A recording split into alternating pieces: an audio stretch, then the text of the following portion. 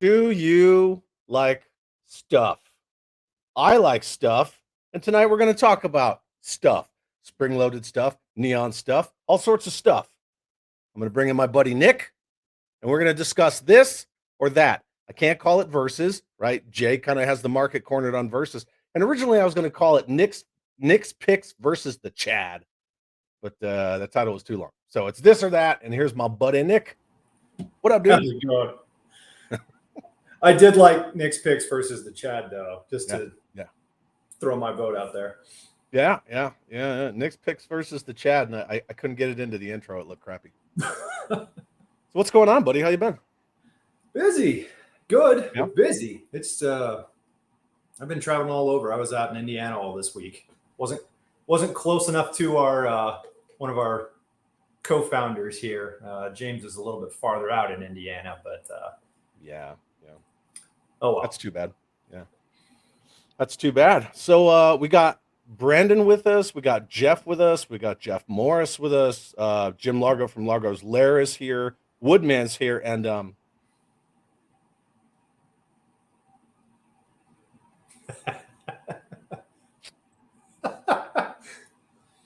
the Mam's here. And then Brandon is asking, the Nomad or Chad? That's I don't know why neither of us thought of that, but I know, like we should have thought of that our damn selves. Whatever. And then Matt's here. What's up, Matt? And I gotta say this. I gotta put this up because Brandon sent a super chat. I love Chad's style like I love the USA. And dude, you're the very first super chat I ever got. Right there. I really appreciate that. That's the first one I've ever gotten. And I've been monetized for a hot minute, but dude, thank you so much. I feel like we need an airport. That's really awesome. Dude, Yeah, we'll work. We'll work on that. So, you picked up a carded figure recently, didn't you? I did pick up a carded figure. Let's see it. Carded figures. I want to see it. This was the latest, and it's because it is my favorite, and there's a lot of glare. There we go. Yeah, buddy. Let's see that thing. It is in very, very good condition. Yeah, that's really awesome. Flint is my favorite. Desert Paratrooper Flint. It's just like... I know, with no gloves and no sleeves. Right? Always kind of, and no parachute. That was always sort of a particular flaw of that one. Little weird. Weird. We probably should have thrown him in this.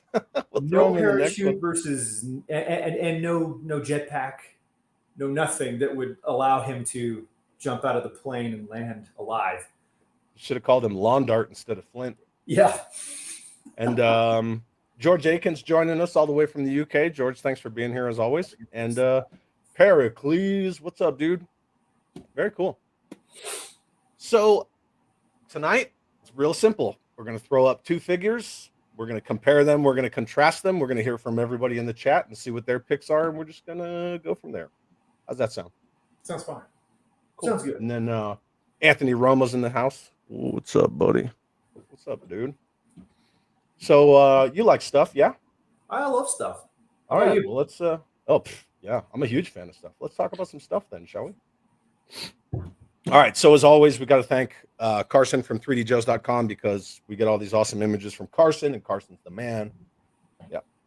So cool. All right. So first we have, this is the Battle of 1990, and it's Iron Grenadier Undertow versus Sky Patrol Airwave. I chose Airwave for a reason. So I thought it was a bold choice. Yeah, right. So you got an underwater dude, and you got a paratrooper. He actually has a parachute. It came with a parachute. Yeah, go figure, man. So why don't you kick us off? What do you got? Undertow was my pick. Absolutely. I don't know. You're just going to come out swinging, huh? You're not even going to like talk about cards. You're just going to be like, oh, Undertow, screw that guy. No, I that is one of my favorite figures in the entire line from 82 to 94, bar none. I think it's an awesome figure. I think the card art is awesome. I mean, look at the art on that. I think that like when you're looking at some of the the Cobra frogmen, so to speak, I think that if I saw that underwater in the dark coming at me with that mask and everything like that, that would terrify you. And a trident. Like the 92 eels thing, like I don't know if that would necessarily scare me as much. I thought that they did such a fantastic job with that figure. He's got cool, and he comes with a barracuda. I mean, he does have a barracuda. Yeah. He does. Yeah. I mean, if you're gonna take go for the Joes with pets, it's not a robot shark, but yeah, it's not a robot shark. And the difference between Joe with the animal companions and Cobra with their animals is the Joe team named them and they loved them and they cared for them, whereas the Cobras, they didn't name them and they just kind of used them as tools. So it's two different approaches to animals. So.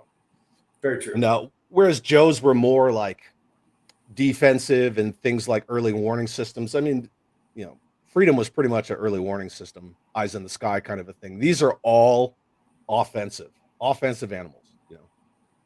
You got a vulture, you got a barracuda, you go crocodiles, right on and on. Yeah. And then the modern big boa had a kangaroo. Yeah. What now? What? The modern big boa had a kangaroo. Oh yeah. Hey, well, why not? What about Airwave? What do you think about that card? The card? Mm-hmm. I think it's cool. Card. I mean, we're still both in that like digital explosion in the background. The card itself actually looks a little bit older than it is. I mean, it kind of harkens back to ages before that, right? Kind of older G.I. Joe series, in my opinion. I don't know. I mean, it's. I like how we've got the same look top G.I. Joe, but then we have the two different graphics for the subsets, right? I don't know. I think it's a cool card. Now, what is that with working silver parachute? Silver. Yeah, it's silver. I like this as the head-to-head because not only do you have sub teams, technically Iron Grenadiers are a sub team, even though they're separate from Cobra. They're kind of an offshoot. But so you have Sky Patrol versus Iron Grenadiers, and you have in the air and then in the water. I thought it would be a good little contrast. And then we want to see the figures. There they are. I gotta say, I really like the Airwave figure. I like the helmet. I like his sculpt. I like the use of the colors, that lighter tan with the brown, with the darker brown camouflage. I think he works really well.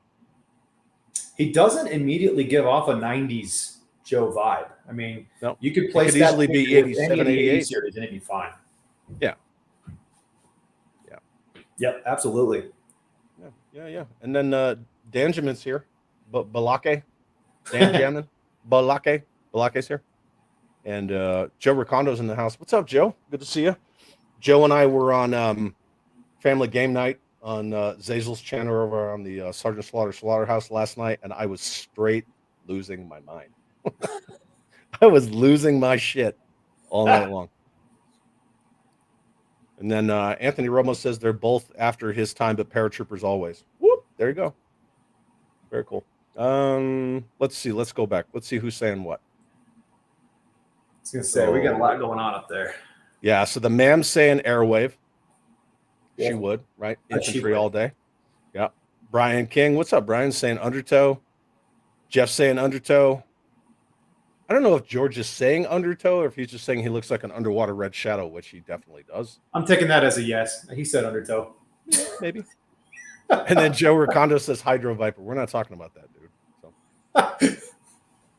It's a little inside. Just inserting Joe's into this. Yeah, no, it's an inside joke from last night. They were talking about name 5 water G.I. Joe characters, and Cobra Eel wasn't in there. So we had gotten past like Deep Six, Wetsuit, Torpedo, and then we were all just kind of, everybody was guessing, and it was like Cutter, no, Keelhaul, no, Shipwreck, no, but Copperhead was the last one. So the fourth slot, nobody could guess what it was. Dude, it was Hydro Viper. It's like not Cobra Eel, but Hydro Viper. Like I was losing my shit. And then Jeff says Airwave, and Brandon says Airwave. And yours is who do you pick? Undertow? Yeah. I love that figure. Yeah, he's a really good figure. And the modern one is fantastic. They did a really I always kind of run home to moderns. They did a modern really Undertow good is job awesome. Yeah. I'm gonna say Airwave, man. Not because I picked him, but he just yeah, because I picked him. He looks he is so a good. legit cool figure. He really is. Yeah, I mean it's a good head to head. And then Chris, what's up, Chris? Undertow. Sledmaker's backing me up. Yeah, it's all right. That's cool, man. Glad to see Chris is here. Okay, so next we got 1991. And this is your pick versus my pick. And Ginny Bartlett's here. What's up, Ginny? And Joe Ricondo says, love how they reused Motor Viper for Airwave. Shh. And then, ready? Go for it. Snake Eyes version 4, Crimson Guard Immortal. So I'm gonna say this. My little boy asked me to put Snake Eyes version 4 up there because that's one of his favorite figures of all time. Totally cool. And I think that for a 9-year-old to be throwing out anything from 90s Joe's, I'm all for it. So I want to support that. He is a cool figure. I remember when he came out. I'm trying to think here. I remember getting my 89, my version 3. I remember getting that at the store. And then, there was a little bit of a dry spell. And then I remember seeing that for the first time. And I thought it was awesome. I loved the spring-loaded missile launcher that has the grappling hook onto it. I'm still a sucker for anything that's got any accessories that have grappling hooks with rope. Yeah. I love the colors. I everything. It's a cool figure, but it is also up against a pretty bomb figure as well. So that one's tough. It's a good head-to-head. Pardon me. I'm a little sick, so you guys are going to have to excuse me. It's a good head-to-head because you've got basically G.I. Jesus, right? And everyone's favorite G.I. Joe character ever. Apparently, he's the only G.I. Joe character that ever existed. Snake Eyes and his, unnecessary buddies versus a Crimson Guard Immortal. And you cannot go wrong with Crimson Guard Immortal. Look at that weapon system he's got. Yeah, they're awesome. That's amazeballs. Those are straight up the blasters from the black hole, just oversized. Yes, dude, I'm really impressed with you right now. Why? Throwing out I know the black hole, dude. That black hole's awesome. Movie as a kid, absolutely. And the then little George android, he just twists his Star. His name was Star. And then George Aiken says Jesus was in G.I. Joe. Yeah, you're looking at him right there. Version 4, G.I. Jesus, 1991. I got to say, going back to the card art, again, so we're talking 91. They both have the digital explosions. They both look great. Yep. I really appreciate how they're a complete contrast. So you have a good guy in blue with the blue to black gradient, and then you have a bad guy in red, right? Because those Cobra colors, even though blue is a Cobra color as well, and there's a lot of blue on that Snake Eye. There is. But they both have that really nice gradient card, both very front and center. And then you can see the little mail away brochures behind them, which are always awesome to collect. One thing I will say about this version of Snake Eyes, when I get the Dollar General modern version of this Snake Eyes, I take the head off and I make him a Cobra. I just put a Cobra Trooper head on him and boop, there you go. Yeah. He looks good. He looks really good. I can see it. Cobra. Mm-hmm. Cool. I like the juxtaposition of those two cards because it was still back in like a time period where like you could put a toy line out and there was just a clear good guy, bad guy.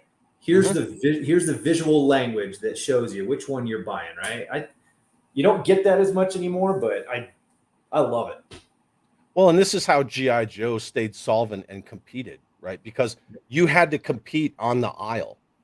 And the cards are so vibrant, they're so bright, the figures pop off of them.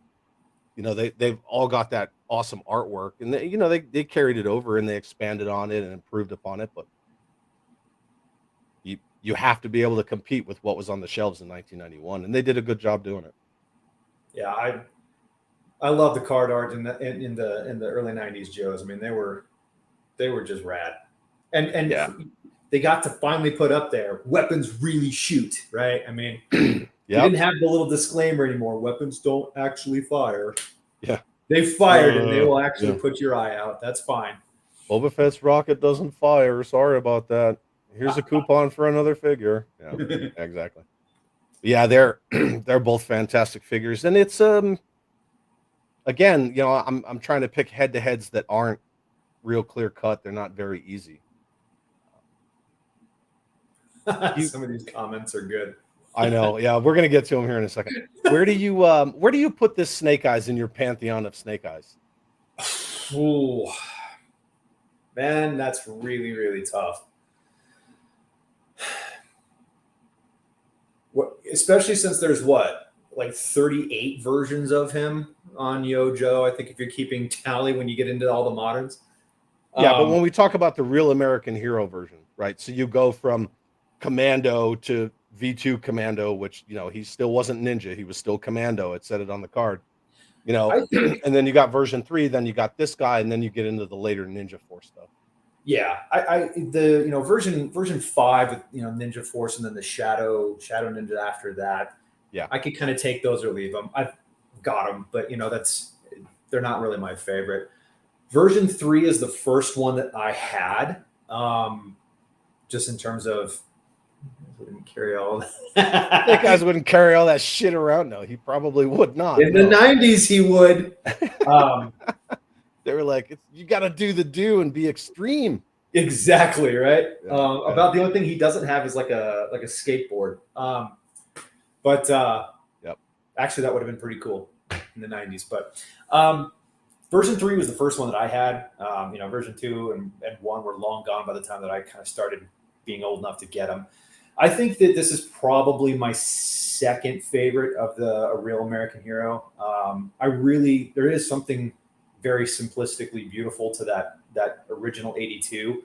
And a lot of it has to just do with, one, I like him as a commando more than as a ninja. I never was a huge fan of the visor, whatever the night visor thing is.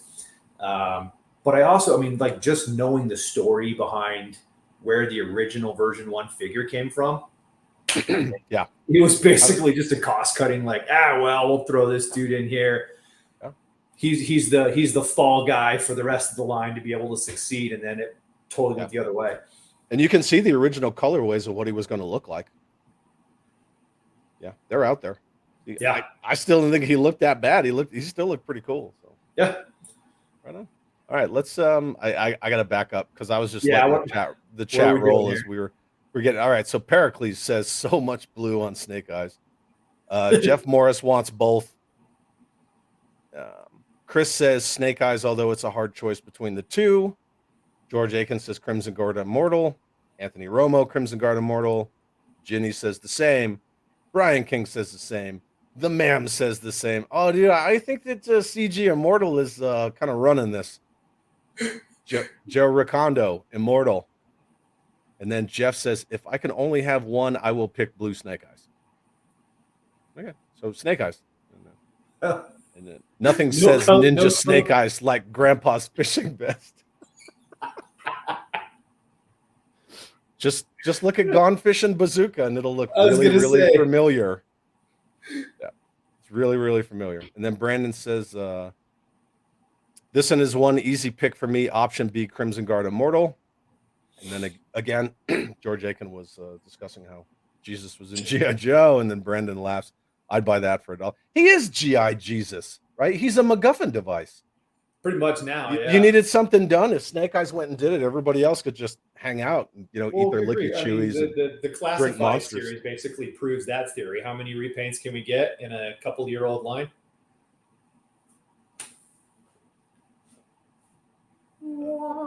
8, I believe 8. We're not talking about that. No. And then Patrick's here. What's up? Big Bacon says, I love the look of that Snake Eyes, but that Immortal is fire. God, the Immortal's so good. Pericles says Crimson Guard Immortal. Then Brandis, why are his weapons just red? Because 1991, bro. Duh. They're salmon. At least they're not pink, right? I mean, yeah. So hypercolor orange and pink. Wait around for Ninja Force. It just gets it gets brighter. No color stealthier than Royal Blue. I love Brandon's comment. Snake Eyes wouldn't carry all that shit around. And then Steve, Ninja Force Snake Eyes was a hippie ninja commando. Yeah. In the 90s, I could carry all that around. Now my knees and back say, the hell you can. Yeah, man. For sure. I never carried a spring-loaded grappling gun thing, but and then Demgut says, "What's up?" You weren't doing it right. Apparently, I wasn't doing it right, but and then Demgut says that's his favorite Snake Eyes. That's cool. Right on. Keith's in the house. What's up, Keith? Keith says Immortal, and then Steve says we don't talk classified repaints on a Real American Hero chat. You're damn right we don't. Only Nick does, because Nick likes to break the rules. I like to keep people on their toes. Yeah. I didn't mind the colors. I just love the ski mask. The face sculpt is cool. I will say the face sculpt is cool. And I always saw the red goggles as some kind of like night vision thing going That's on. kind of the way I always thought of it. I was like, oh, those are cool. We must be able to see infrared. Yeah, that's kind of what I thought it was. TJC, what's up, dude? TJC was hanging out with me and Joe Ricondo on that Family Feud night last night, watching me go ape shit. So it was pretty fun. Well, Chad, your combat arms, us in the Pogue League had to use what we got. Yeah, well, it's true. I am combat arms. I am the 1% of the 1%, my friend. As is the ma'am. So I don't know, buddy. I think your Snake Eyes just got swept. Yeah, probably. That's okay. It's still a good Snake Eyes, man. It's still a real good Snake Eyes. But I mean, he's got a fishing vest and fishing gaiters on.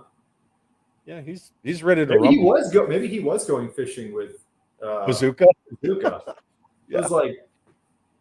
It was like P-Day. Something, yeah.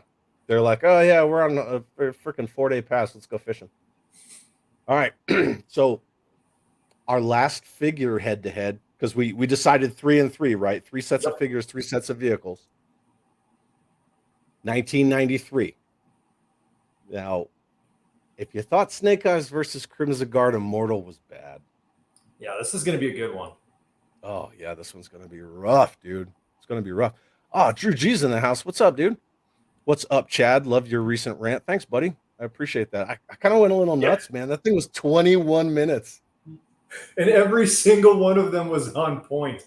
I was dying. I was listening to it in the car when I was driving while you were ranting on the car, and I was dying. Now YouTube lets us be big boys again, so we can swear after a couple minutes. And I was like, I'd rather have a fucking tank. When I was editing it, I was like, man, I was just going off the rails. I don't even know what I was doing. It was so much longer too. It was like 30-something minutes.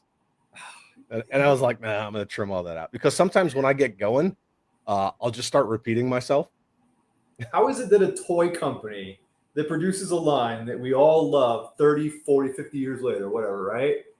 How is that company pissing people off to the point to where you can do a 30-minute long car rant that gets your blood boiling and then have to edit it down? That's awesome. It was pretty fun. So I know you've seen it. Hang on. As I wipe out my camera and everything else. Pardon me. What's up? You want to see my terror drone? Whoa. New story, baby. So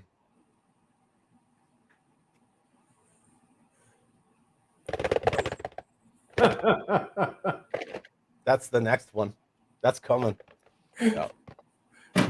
When the art's better than the figure. What did you say about that Haya Toys? You said Uh, something like, "Show me." tell me another company's doing better with GI Joe without telling me another company's doing better with GI Joe. Dude, that Commander looks sick. That was awesome. I already had it out with some dude on Instagram because he was like, he had the Haya Toys Cobra Commander Okay. next to the modern hooded Cobra Commander, and he was like, well, Hasbro already did it, so I don't see why this figure is necessary. And I was like, bro, how many classified Snake Eyes have they made? Like, where is your argument? Like, the 25th anniversary hooded Cobra Commander and this Haya Toys Cobra Commander, which is a mixture of like 4 different versions. Yep. And he's got that vac metallized face and the Resolute helmet. Ooh, that dude is money. I was going to say, money. I don't know if I understand the argument. Yeah. If they're going to produce a Cobra Commander that looks like that, why wouldn't we want it? Oh, here's an answer to your facetious question. Because they don't care. Yeah. Very true, Tabes. Very true.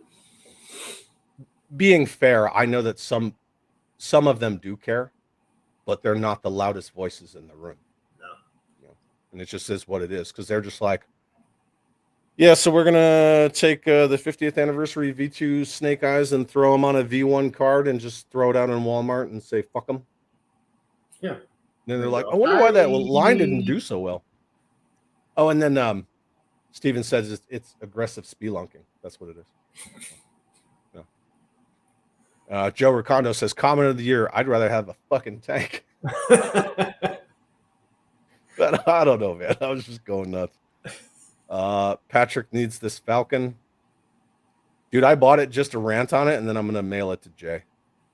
So. And then Chris is here. What's up? Chris from Cutthroat Comics. It's cool, man. I'm glad you're here.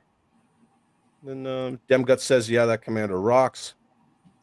Steve says, next Snake Eyes is him sitting in Starbucks with a man bun. I'd definitely buy that one. And his Harvey Dent looking face. Does he even look like that according to G.I. Joe canon anymore? Or did Henry Golding wipe out that canon? I disavow all knowledge of the shite movie being anything canon. But that's like Elseworlds or like. But if they decanonized, you know, using the word canon in G.I. Joe is a little weird anyway, but if they decanonized Cobra Commander wearing an executioner's hood because Lorenzo Di Bonaventura is a fucking idiot and told people that it was a different kind of hood and convinced them of that. So is Snake Eyes no longer like totally assed up under that mask? If they're going to count that as canon, I guess not. I don't even know. I guess he can talk. He just chooses not to. Yeah. All right. Well, we're going to move on. And then Jeff Morris says, I hope we can get the Haya Toy Joes in the U.S. Please take my money. Yeah, man. But see, here's the thing about that. A lot of people are saying like, well, you can't get them in the U.S. You can't get them in the U.S. It's like, take a deep breath, because the pre-orders are only available in those 5 or 6 listed countries. Haya Toys sell their stuffs all over Entertainment Earth, Big Bad Toy Store, things like that. Like you can still get the APC. You can still get the Ed 209. You'll be able to get the Joes, but not a single one of them has even hit pre-order release yet. No. The first one's Snake Eyes, and that's not till and that's not even till the end of March. So like they will be available. It's just that's why they're taking their time rolling out what the figures are, because they revealed Snake Eyes September 1st, they revealed Storm Shadow September 22nd, and they revealed Cobra Commander 2 days ago. So like trust me that I'm keeping an eye on this shit. I am waiting for them. If it's 1/18 scale, I know you got it. Yeah. And then Keith says, hell yeah, that Haya Commander's looking strong. He looks so good, man. So good. And I was actually glad that Haya had the balls to say, you know what? That classified design of Storm Shadow with the, this is unnecessary, that Bane mask and the freaking Batman gauntlets and the full sleeve tattoo. They're like, I'm going to make that figure. Yeah. And I'll give them credit. They made it. They didn't just take like V1 Storm Shadow and regurgitate it. No. They picked the one that people initially wanted, right? That was the one that people initially went, oh, a 6-inch? Okay, yeah, that looks cool. I'll take that. And yeah, and that's where Classified was going. It was its own thing. Mm-hmm. And now it's just, hey, look, I took a 4-inch Joe and I hit it with a supersized Ray. They all got that rip stuff. Dude, I went off on their pants. Is that rip stop? It looks like shit. I know. That was the part that particularly got me laughing. I mean, I guess they're all supposed to be in some kind of a rip stop uniform, but why is it all okay? Yeah, I know. Moving on. But if they gave us what we wanted, we'd give them our money. That's what they care about. Yeah, no, that's true. And then Backwoods is here. I thought you were already here. Hi there. Glad to see you. Nick's glad you're here. I'm glad you're here too. And then Demgut says he had face surgery, didn't he? Or was it still a rubber mask? He did have surgery. Yeah, he did. That's right. He did. But it didn't fix everything? I don't know. Ted Darklaw from Hella Dope Toys is here. What's up, dude? And he said, what's up, all you beautiful people? Sorry I'm late. That's totally cool. And then don't forget to go over to Hella Dope Toys YouTube channel after Nick and I are done tonight. And then Brandon says, I realized something about the Sunbow cartoon. They don't remake it because these days they couldn't without a bunch of 2-ply halfwits complaining it's not for modern audiences. Yeah, that's true. And that's the reason I still love it. Yeah, and then Patrick says Ripstop rocks. Yeah, sure, but real Ripstop rocks. Yeah, real Ripstop uniforms aren't freaking skin tight. You see the muscles. Yeah, cool. And then everybody's saying hi to each other. Cool. All right, cool. Now we're gonna move on. Last figure, head to head. 90s, right? So we got to be extreme about it. That's a Ace version 3 versus Headhunter Stormtrooper, man. The best version of Ace versus arguably the best army builder of the 90s. Ever. Like, how Ever. That's a... Oh. You put Ace version 3 on your list, and I was like, I have the perfect contrast to that perfect figure. Yep. Why don't you... I love both figures, man. I don't... Okay. Well, why don't you gush then? Go ahead. Let me hear it. I'm gonna roll over here. Where'd you go? Where'd you go? The Ace is definitely my favorite version of the character, right? It's my favorite figure that they did of him. He actually really truly looks like a fighter pilot. The sculpt is good, the design's good, the accessories that it comes with the mask, everything, like really, really good. Just the simple plug into the chest. Obviously comes with one of the best fighter jets of the 90s, right? I love the color on him. It almost harkens. It's he's got the greens with the black, and then he's got that red, that pop of red underneath right there. I don't know if they were meaning to or not, but that man, it almost just pops it back into the old Action Force, right? That's like Z Force. I thought that was kind of a cool homage. I don't know if they intended it to be that way, but that's the way it came across. And then, I mean, man, what's not to like about the Headhunter Stormtrooper? Dude looks just awesome. Freaking like part futuristic, part Mad Max warrior. Spikes all over him. Yes. Oh, yeah. That skull mask. Oh, dude. Oh, and the color. I mean, he's got like a gold skull mask with like the red. He's cool. With the red, right? He's got the red goggles, almost like the freaking Snake Eyes version 4 does. Here's the thing. It's always like infrared, right? Yeah. Yeah, exactly. Right. So you have arguably the best Ace figure, probably the version of Ace that should have come with the Sky Striker, right? Because, flying an F-14 Tomcat in a pressurized suit that you should probably be in like an SR-71 or a U-2 spy plane, whatever. But Joe had that future forward flair like from the get-go. No, But it that didn't. being It was said, military grounded from 82. sure, yeah, because Flash was a real thing and Grand Slam and all that shit. Shut up. Yeah. Anyway, but you have the best version of Ace, who came with one of the best vehicles as well, the Ghost Striker X16, which, you know, is right there. And then you have arguably, right? It's objective. The best army builder there is. And technically, is it Cobra? Like Headman and Headhunters and the Stormtroopers, are they Cobra? Or are they not? I mean, if you go back and you watch the two-parter, Deke, yeah, the Deke. They're not. They're their own thing. Because remember, they're not. They're the Headhunters teamed up against them. Right, exactly, because they were hooking everybody on drugs. Absolutely. But these are their frontline stormtroopers, and dude, like, look at that. Yeah. Look at how gorgeous that. This is one of the few carded figures that I have, and I cannot open him. No, I can't do it. It's so gorgeous. That's just it. The beauty of some of those particular cards, untouched, right? I'm an open collector for most of my stuff, but every once in a while there's just something that comes along and it's like, man, the art. You don't want to cut it, you don't want to tear it or anything. Just leave it. Yeah, dude, that figure is so minty, and I got him for a steal. I know. I told you how much I paid for him, right? Yeah, you did. I don't really like to discuss what we pay for items, because I think it takes away from the beauty of it and the fact that it's all art, right? It's sculpture art, it's painting art, it's the card art. It's all art.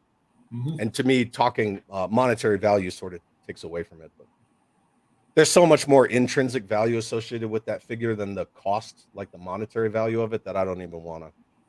I don't like to talk about what I paid for things. But okay, dude. Man. Let me I'm gonna float you right gush here. on both of them. You gush on both of them. I'm gonna float right here, and I'm gonna back up to the comments because I starred the very first one. And George Aiken says Ace. Dem Guts, Headhunter Stormtrooper. Brian, Headhunter Stormtrooper.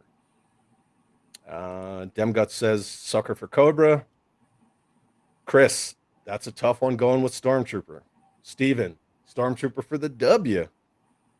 And then our buddy Patrick says, I thought this was supposed to be a difficult choice. Headhunter, Stormtrooper all day long.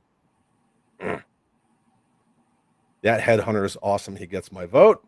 And then Junkman, what's up, Junkman? Says, I like the color of it. Color of Ace? Stormtrooper. And then either one's good. Yeah, sure. Chris from Cutthroat says, wow, Headhunter Stormtrooper, love the colors. This is a hard one not to like both figures. That's the whole point, because they're both fantastic figures. They're fantastic characters, but the sculpts of these figures are out of this world. And there's really no wrong answer, right? Yeah. What's up, Will? And then Backwood says the Sky Striker did go to space. Yes, the Sky Strikers flew into space, but they weren't wearing the stupid suits when they did it. Anyway, nope. Headhunter's a separate group. Yeah, we were just talking about that. Not Cobra, but he would have been in my universe. Yeah, I mean, they're still enemy, but they're enemy of my enemy kind of a thing. Yeah, the Headhunter Stormtroopers to me are Iron Grenadiers. They look like they belong in the Iron Grenadiers. Yeah. I always kept all the Headman stuff separate when I was playing. And Will's working on moderns right now, the Headhunter Stormtrooper. And I can't wait to see that. Yeah, pricing is subjective too. Yeah, exactly. That's true.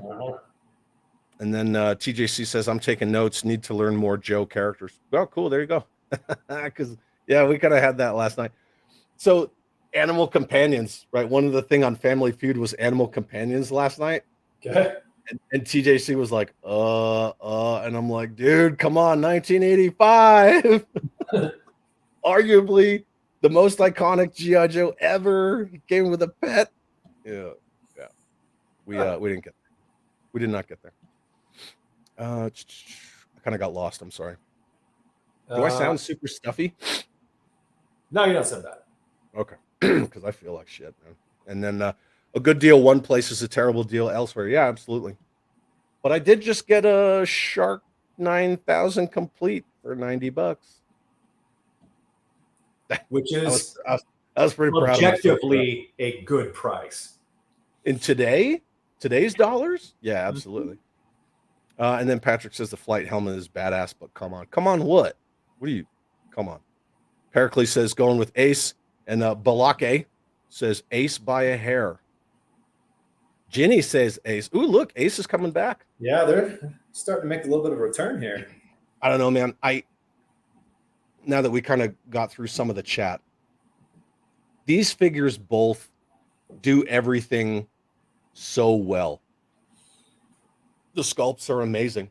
Ace because it's more minimal. Headhunter Stormtroopers because it's busy but not too busy. Yep. He's got all the spikes. He's got the corrugated gold pieces on him. He's got that drop leg holster. The face sculpt of that skull mask, once you get up and actually look at it real close, is immaculate.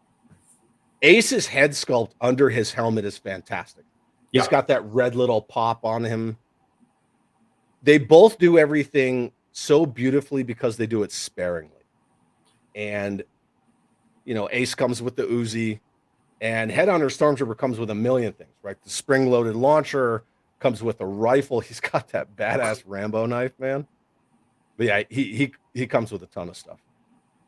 See, you always hear people complain about the guys that complain about the 90s figures and how, it really jumped the shark from the 80s after that point. They always talk about the design. The designs weren't great. I don't know how you can look at those two figures and not say that the designs on those figures and the sculpts aren't just amazing. They're both fantastic, right? I mean, just like you said, Ace, very minimalistic, very simplistic design on it, but it's all well thought out. Color schemes very, very thought through. Again, if you held that up and you threw that back and you threw that into 1983, 1984, nobody'd be able to tell the difference except for that it would just look nicer in a lot of ways, right? Yeah. But the color palette, everything about that screams that sort of grounded feel. Whereas if you look at the Headhunter, it is the opposite. He's kind of got some extreme going there. He's got some spikes, but the design is really thought out. He's got a lot of awesome weaponry. His color palette's not crazy. It's an awesome figure. The design is really, really on point. I don't know how anybody could look at either of those figures and go, those were garbage figures. Those were a decline in the line. I just don't get it. I love the choice of gray too. I think if you went lighter with the gray, it wouldn't have the overall feel that it does with this gray, because it's not too light, it's not too dark. They did such a good job with all of their color schemes, the way that they just use enough of each color to where they don't overwhelm each other. And I like the fact that this version of Ace, his pants are in his boots versus over on the other versions. Yep. It's a nice little touch. Yeah, I think that aesthetically, because he has so much black on his head, the black from his shins down, it balances it out. I don't think it would have had the same feel if he had the pants over the boots. No, but that's the same thing with the look at this. Headhunter Stormtroopers, right? What's that say? Yeah. That's our car. Classified Falcon for life. Can I kick him out? I can kick him out. It's your show. I'm gonna kick your ass out, Patrick. No, but like you said, they used the gray on that. It was just the perfect gray. They could have went the lazy route and went all black, just been black and gold, and it wouldn't have had near the same effect as that figure. Yeah. They did a good job. Yeah, they both have that same aspect where a lot of black on Headhunter Stormtrooper's head, black from the shins down. Same with Ace. I love him. I love him very much. And Patrick he's just talking all that shit, man. All right, so final verdict for you. Who are you going with? It's tough even for me, man. You know what? As a kid, my dream was to be a fighter pilot. I'm going to go with Ace. I love it. The figure's so good, man. It's It so is good. really cool, but it's a tough one even for me. And I picked Ace, but how about you? I really want to open them. I really, really want to open them. Should I open them? Why don't you just you can keep him in that, and then you can just hop on and find a loose one. Yeah, I probably could. This card is so clean, man. I was gonna say, look at there isn't a single blemish on this card at all.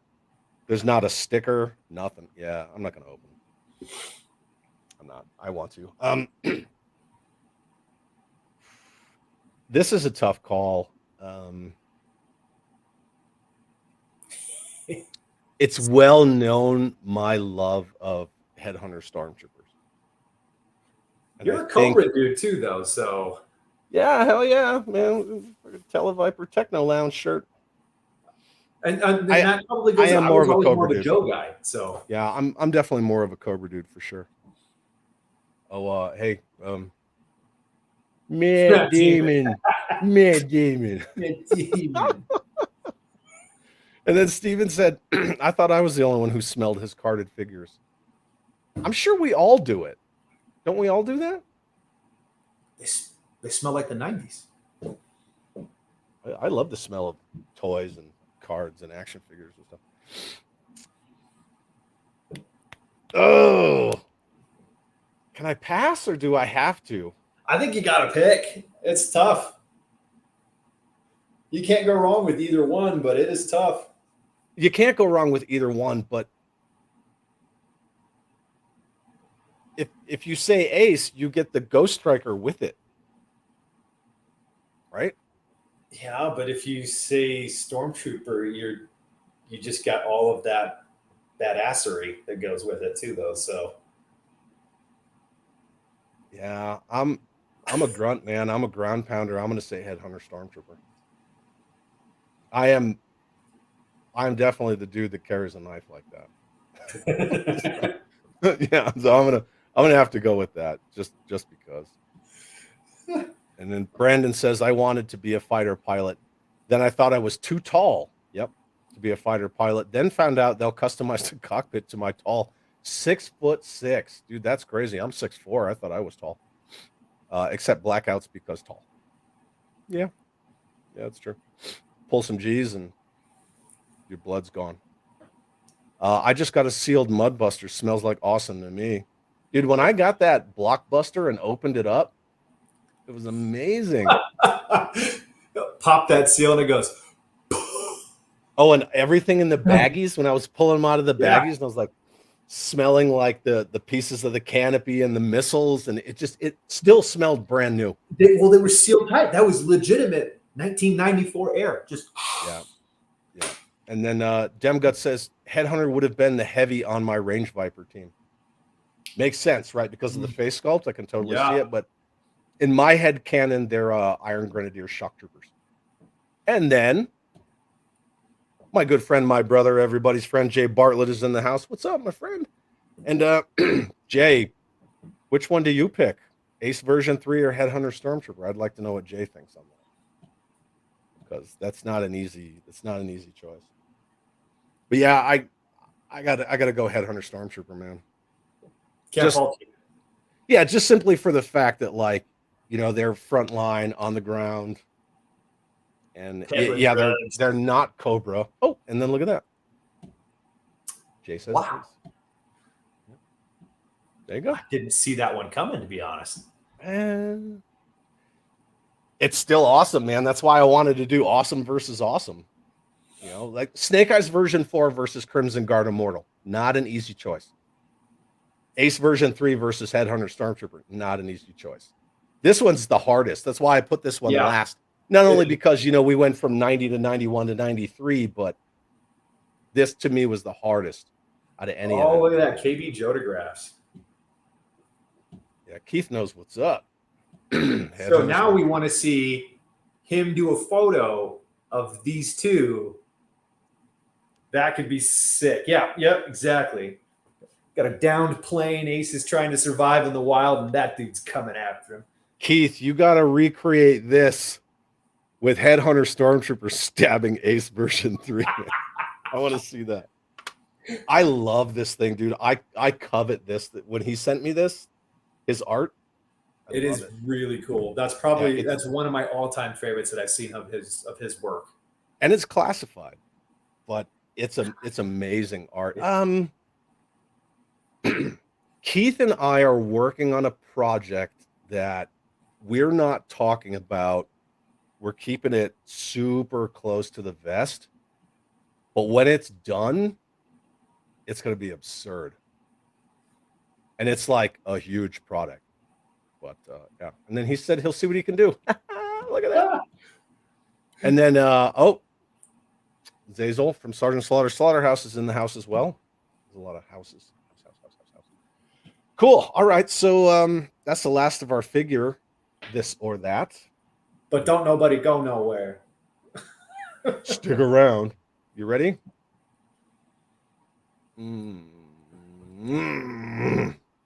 Yes. That's a great matchup.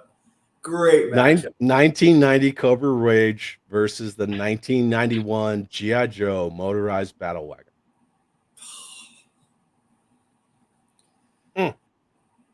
I don't even know what to say. It was hard to find vehicles that were comparable to put them against each other. This was not easy. It was not easy to come up with this list because you just gave me 3 figures and 3 vehicles, and then you were like, yeah, go to work. And I was like, man, I gotta. But one of these was your pick versus your pick, right? One of them, I don't even remember what I sent you now. I know I sent the Rage. I think it was this one. It might have been. Yeah, I believe it was this one. I think it was. All right. Well, I'm going to star the first one. That just ended up as a these two vehicles just matched. Look at this. Look.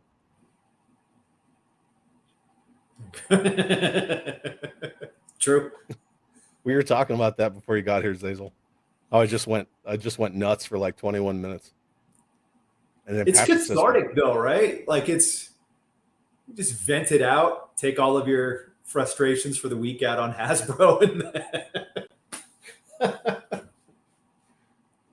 you know, it's like 99% just sarcasm, right? Like I'm not being serious for most of it. But you can kind of pick out the stuff that I am serious about versus the stuff where I'm just like doing it for the laugh factor. Yeah. Patrick says this is like picking which one of your kids to sacrifice. That's the whole point. To be fair, I just happened to pick those two vehicles. I didn't put them together. I didn't match them. You can blame Chad for that one. You're damn straight. Blame me all you want. I picked them. What are your thoughts? Okay. What are your thoughts? They both have sorry, right? Again, disclaimer, I'm kind of sick. They both have great toyetic playability for different reasons, right? Mm-hmm. Battle Wagon's motorized. We know that.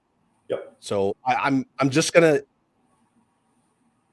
gonna like disallow the motorized part of it and just look at vehicle to vehicle. Even if you take away the whole motorized gimmick, which I'm not the biggest fan of motorized toys anyway, because when they stop going, they don't go. You know, like when a Mobat will no longer move forward and then you have to push it and it goes, you know, it makes that noise because it's not supposed to roll under manual power. The Rage is really awesome, man. The way that the turret kind of elevates and then the missiles go from the side to the top when it pops up, and it has that Gatling gun on the side, just like the Dominator that spins. The brush guard that can be in a lowered or a raised position, and it has a Gatling gun on the front that spins as well. It's really cool. The only thing that I always scratch my head about with the Rage is the conical wheels. A little weird. They are. I don't know if that was supposed to be like an urban like a futuristic urban environment type of thing where, but Well, I yeah, don't, that's what it's designed for, but still, why would you need conical wheels like that? I You know? have no idea, but I always thought it looked just total bomb. It was Yeah, awesome. it definitely looks unique, and I'll give them that. Everything about the vehicle is unique, and all of its different colors. I Yeah, I was mean, working on a version where I was putting, yeah, there's yours. Yeah. I didn't know. Were we getting our shelfies down? Were we oh doing no, that? mine's displayed right over here. So Oh, yeah. Well, I sorry. mean, my battle wagon's right there. So,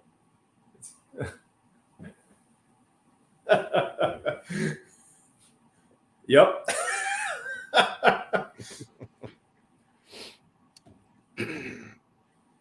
Dude, I love them both. I love them both. You can hold a lot of troops on each of these vehicles, and I I know. think that this was a really good contrast I between mean, the and Cobra look at side and the Joe side. the card art. The Oh, you want to card go back art to on those the box art? boxes. Look Yeah. at that. Mm-hmm. That is awesome.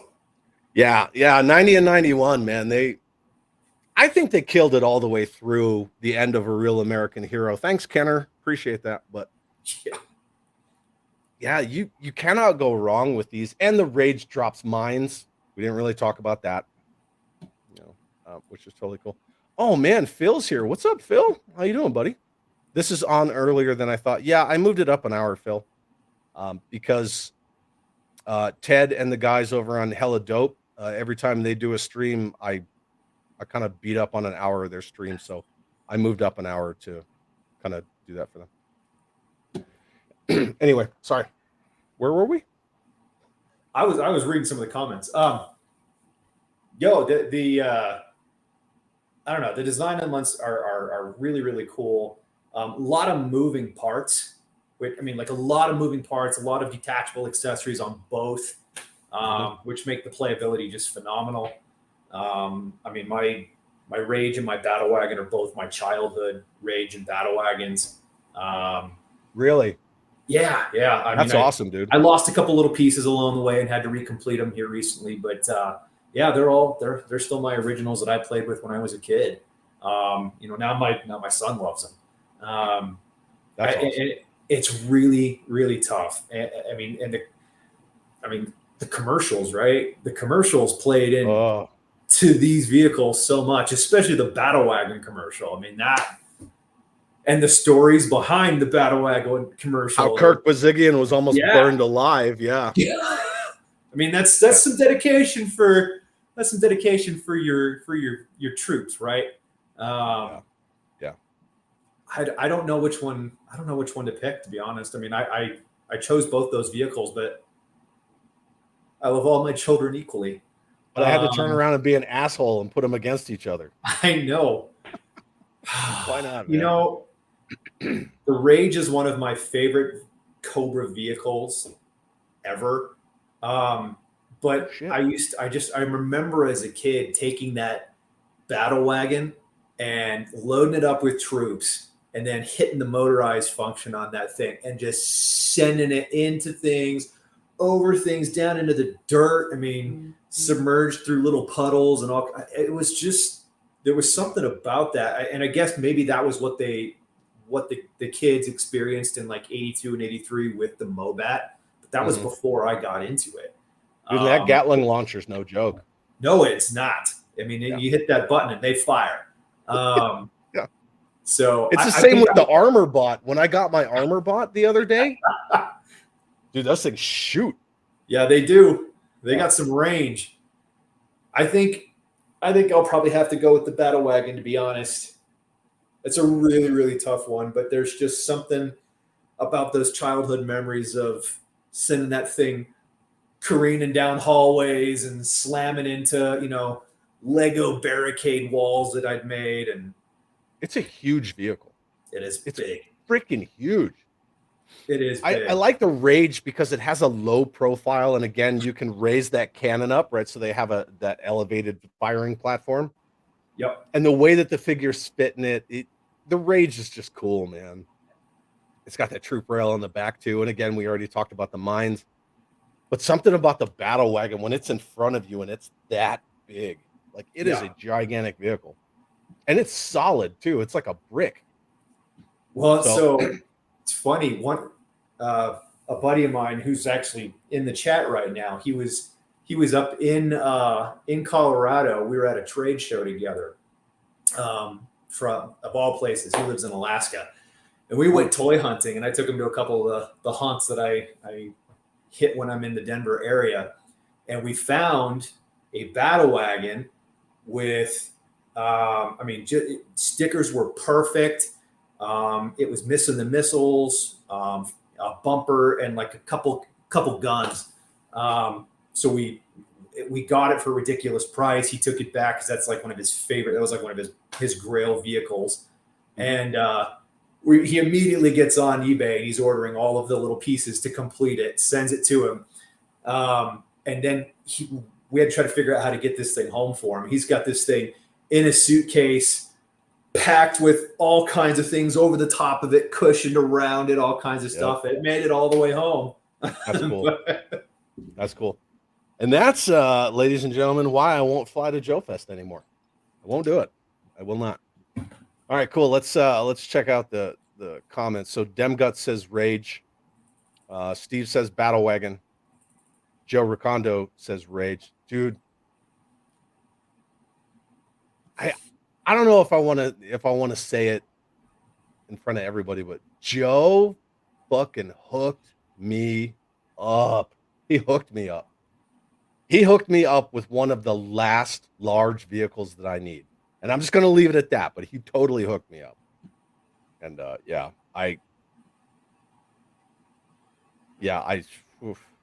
had no words for that. Anyway, words. Yeah, deeds not words, baby. And then George Aiken says when G.I. Joe went totally Mad Max. Hell yeah, right? Because it's the 90s. And then Will says Rage. And again, right, Zazel rages what Chad does in a car. Yeah, for sure. Brian says Rage. Patrick made the comment about sacrificing kids. George Aiken says Rage. Chris from Cutthroat says, this is a hard one because I bought the Cobra Rage several months back, so he's going to go Cobra Rage. You said Battle Wagon, yeah, Nick? Me? Yeah, by like the slightest of hair. And then Payne's Toy Samples is in the house. What's up, buddy? Chris, Battle Wagon, due to the firing missiles and the motorized functionality. There you go. Chad also rages in Family Feud. Yep. We were talking about that earlier, too. I'm passionate, man. It's cool. You know, it's all good fun. It's like watching a slow motion car crash with lots of yelling. It's pretty fun. Best time. Yeah. And then Pericles says Battle Wagon. Balake himself, Dan Jamin. D Nice says Battle Wagon. And then freaking Zazel's just talking to Uri, buddy. I love the redneck pickup truck front end of that Battle Wagon. Damn straight. Oh, that is a push bar to the nth degree. Joe says Rage had them slide mine things. Yeah, we were talking about that, dude. Yeah. Very cool. Yeah, the mines are cool. Patrick has to go with the Rage. Will says, love the out there design of the Rage. Yeah, the Rage is really cool. Phil. Oh, we already talked about that. Sorry, Phil. Those wheel bypass potholes in an urban setting.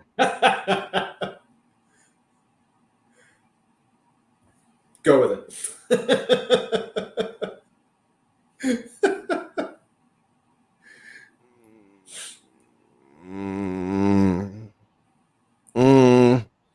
What do you think about that? How high is that on your bullshit meter? It's high, but I'm going to go with it. I'm going to run with that. And anytime anybody asks me from this point forward, it's to bypass manholes and potholes in an urban setting. I like it. Yeah. And then Zazel's watching from work as always. And then Steve says the Rage artwork. Yeah, it's so fantastic. All the guns on the Rage and the missiles and the turret under the turret that just kind of spins and dude, it's cool. I mean, look how many directions that thing's firing in. 360-degree security on the awesome. move. That's all you need right there. You don't need a whole convoy. You just need one vehicle. You have 360 security. It's awesome, man. It's a great vehicle. And then Matt Noon says, I never had either. It looks like more figure fit on the Rage. I'm all about that feature with the vehicles. Let's see here. I mean, with the Battle Wagon, you had the seat up top. You had two that fit in the cockpit, right? You've got a gun port, like a little standing area on either side there. You've got a whole bunch of pegs on the back. Then underneath the orange cannon there, you've got like a secret, I don't know, communications department underneath, right? Yeah, grab your Rage, dude. Because I got my freaking yeehaw. Yep. So let's see here. All right, we're counting. Because we're enthusiasts. We're not experts, right? We're going to actually count this shit. So I got 1, 2, 3, 4, 5, 6, 10. I've got 9. Yeah. 9 on the Rage. 4 on the back. 1 up here. 1 under there, right? Mm-hmm. 2 on either side. 2 in the front. Yep. You've got one here. You've got 2 pegs on either side, 2 pegs on the bottom, and then you've got both driving compartments. So this is why I don't go get my vehicles, because I just dumped all the damn missiles out of it. Did you remember when I picked up my Hammerhead and the fucking subs were just falling off the side? We can't still make a mess. Stop falling off.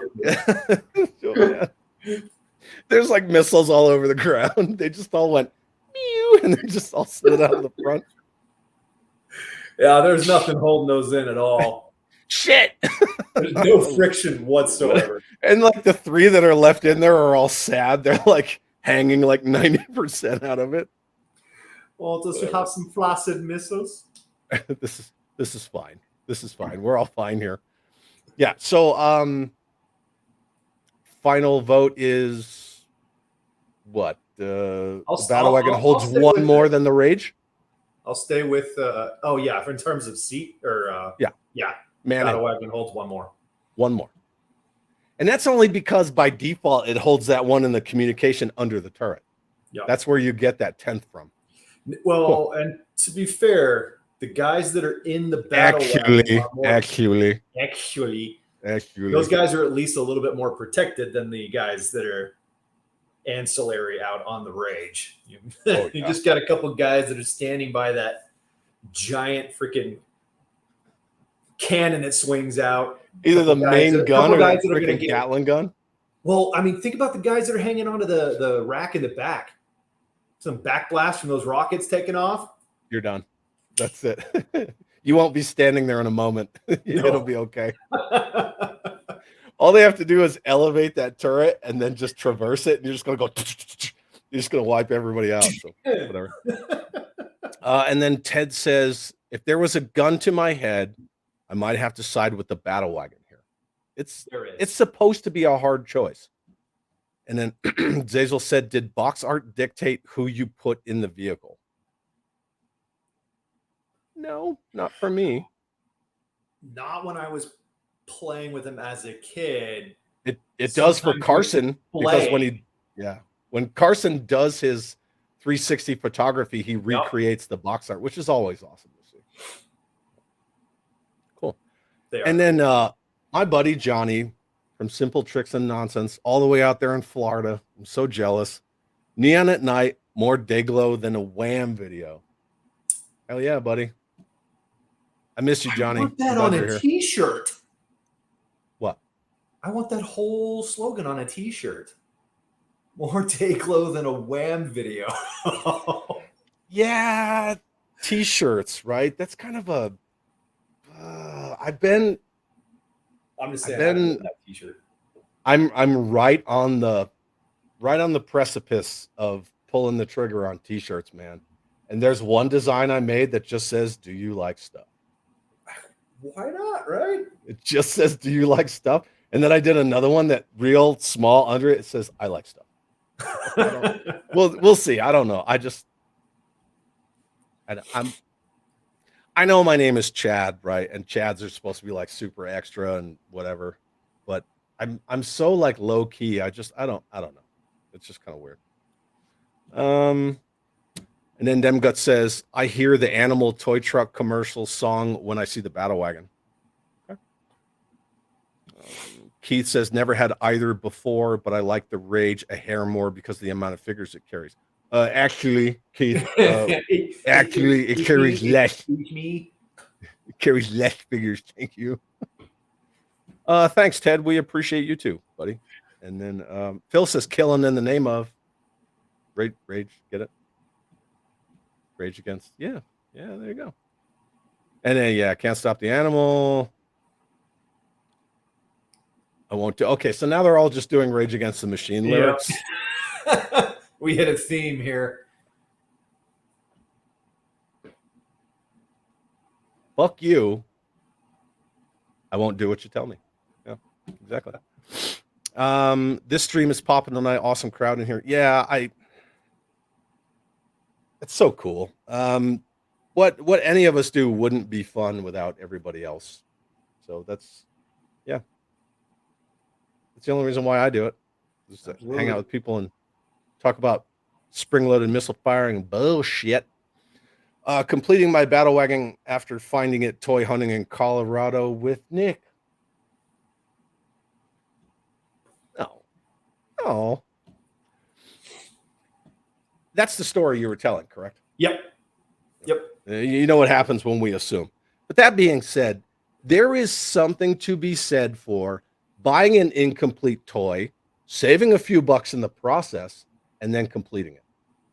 Because every time you see that vehicle or that figure, all these suckers out here with the keel hull with no sidearm, I'm sure the day that they finally say like, fine, and shell out the money for keel hull sidearm, every time they see that gun in his hand, they're going to feel that accomplishment. I love doing that. Or completing your childhood vehicles.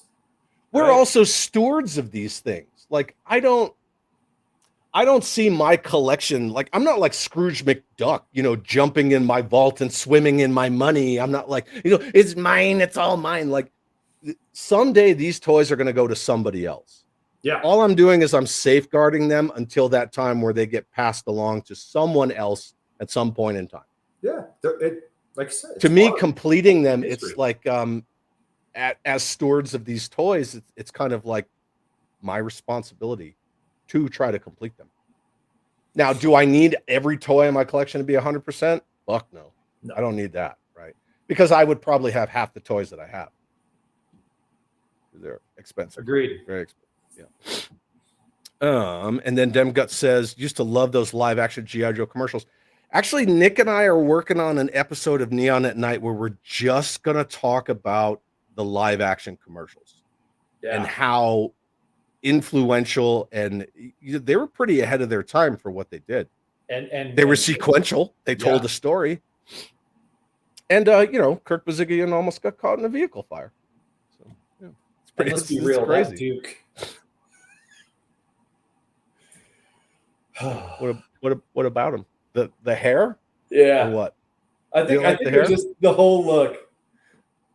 I mean, it was absolute 90s glory. I love. Dude, the Cobra Commander was dead on. That was Chris Latta. Yeah. I love watching the Cobra Commander in those commercials. Yeah, they were cool. Yeah. They were really That's cool. why in the outro for this show, I made sure that like when the music, like when that bass kicks in, it's that part where he slams the globe down, because I love watching that Cobra Commander with Chris Latta's voiceover on it. It's amazing. Yeah. The commercials, right? Because they do tell a story. Mm-hmm. That's arguably the best G.I. Joe movie that we might ever get. Yeah, because it's all about the plasma talks, and then you move into the Mega Marines and all that stuff. Like they do a really good job with it. Even just kind of the one-off ones where like the detonator goes and attacks the 93 headquarters. It's pretty much a standalone. It doesn't follow that whole plasma talk storyline, but it's freaking awesome. Yep. And then Chris says, Cobra Rage for me. I love the colors on the vehicle. And the turret raises up to show off the gun on the bottom and missiles on the side. That is correct. You are correct, good sir. And Will says, they all have range, but we never had warning labels telling us to watch the launchers. No. And that's kind of one of those things. What's the glory of it? Yeah, but if you go back to Battlestar Galactica, and the unfortunate thing that happened to that child, and then you get the whole lack of missile firing Boba Fett. You fast forward a little while, and everything is spring loaded. Yeah. Everything, all of it. It's crazy. Like one day they all just sort of forgot about it, and then stopped caring. I don't know. You talk about choking hazards, right? Yeah. Masks. Yeah. But they're like, oh no, because there's little holes in them, so it's like a lifesaver. Like you won't choke and die. Okay, whatever. The arrow will just go through it like a whistle. I'm still gonna inhale a mask. Yeah. I don't think I want to do that. Regardless. Wilhelm's here. What's up? Says hello and guest as well. Nick's my co-host, my friend. That battle wagon is big and what's that word? Big and what? Beef. Beefy. We like beefy things, huh? Yeah, we like beefy. Beef? Where's the beef? Oh, but Wilhelm's going with the rage. Cool. And then I'm trying to get through this. Jeff Morris says rage. I think it's had good votes both ways, but I think the rage topped it out. Backwoods says rage. Brandon, dude. What? Stop. Thank you. That's 2 super chats in one night. Rage. Rage against the dying of the light. Every time I see that or I hear that, all I think is back to school. Do you remember back to school? Man, a long time since I thought about that. What was his name in that movie? Thurman? Because he had the big and tall, or the fat store or whatever. Yeah. Thurman, dude, that had a yeah, and remember he made that massive sandwich. He just ripped out all the bread and he made the sandwich. And now I gotta freaking look. Robert Downey Jr. was in that movie. Remember, he was the son's roommate. Let's see here. What was his name? Yeah, figure it out. Melon. Somebody else. Melon. Yeah, Melon was his last name. Anyway, thank you, Brandon, man. I can't thank you enough. And then Big Bacon says, I'm driving through Chicago. The pothole threat is real. Okay. That's cool. Good to know. Demgut says, those wheels look more like steamroller wheels, destroy and fix the roads at the same time. You know what? That's actually the best bullshit answer that I've seen so far of that. How much did that monster truck craze influence the battle wagon? A bunch? I'm going to say a bunch. Probably a bunch. Dude, do you remember Stompers? You remember those little Stomper trucks? The little vehicles, and you could change out the tires, and they were little motor Stompers. You remember Stompers from the 80s? I remember those. If I saw them, I probably would. The toy store where I got the carded Headhunter Stormtrooper and a bunch of my other stuff, where I'm going to take you when you come back to town. They have a whole display case. One of it is, one shelf is Stompers, and the other shelf is, and it just escaped me. Battle Beast? Yeah, Battle Beasts. Oh, really? Yeah, it is Battle Beast. Yeah, I was like, it's the subline of Transformers. Battle Beast up the other day. Yeah, all a bunch of loose Battle Beasts and Stompers, and I was like, man, look at that case. That shit is awesome. And then Danjamin says, I still love that these have armor for drivers. What a novel idea. Yeah, absolutely. Matt Noon says, love this. Then I changed to Battle Wagon. Cool. Oh, man, we're getting behind on the chat. Look at this. Now we're singing Wham songs, sending stuff. Patrick says he'd rock merch. TJC, I'd buy a Do You Like Stuff shirt. I would make one just for the laugh factor of Do You Like Stuff. Yep. Upload the design to TeePublic and let people buy. You collect $2 whole per sale. Yeah. Fair enough. If it helps, I like stuff. I'm glad you like stuff. And then look at this. Now we're all doing freaking Rage Against the Machine. Oh, and look, the ma'am sent us a super sticker. Hello, my dear. So I haven't nice. seen my wife in like a while, man, because she's at Fort Hood. And then everybody's saying hi to the ma'am because everybody loves the ma'am. I love the ma'am. And then Johnny says, I wish I could have been a part of those commercials. Right? Those commercials are so good. And then everybody's saying hi to each other and to the ma'am. Will says, I love those commercials. Just disappointed we never got a proper plasma tox accessory. Right? That little plasma tox canister that they keep moving around from vehicle to vehicle. Yeah, Brendan, it was Rodney Dangerfield. But Walter Mellon, what was the name of his character in Back to School? Was it Walter Mellon? It was Thornton Mellon. Thornton. Yeah, there it is. Brian says it. Thornton Mellon. And then he had that freaking dive, the triple lending or whatever. I gotta rewatch that movie, man. That movie's so good. And Sam Kinnison's like, say it. It's like, all right, I'll say it. In ages.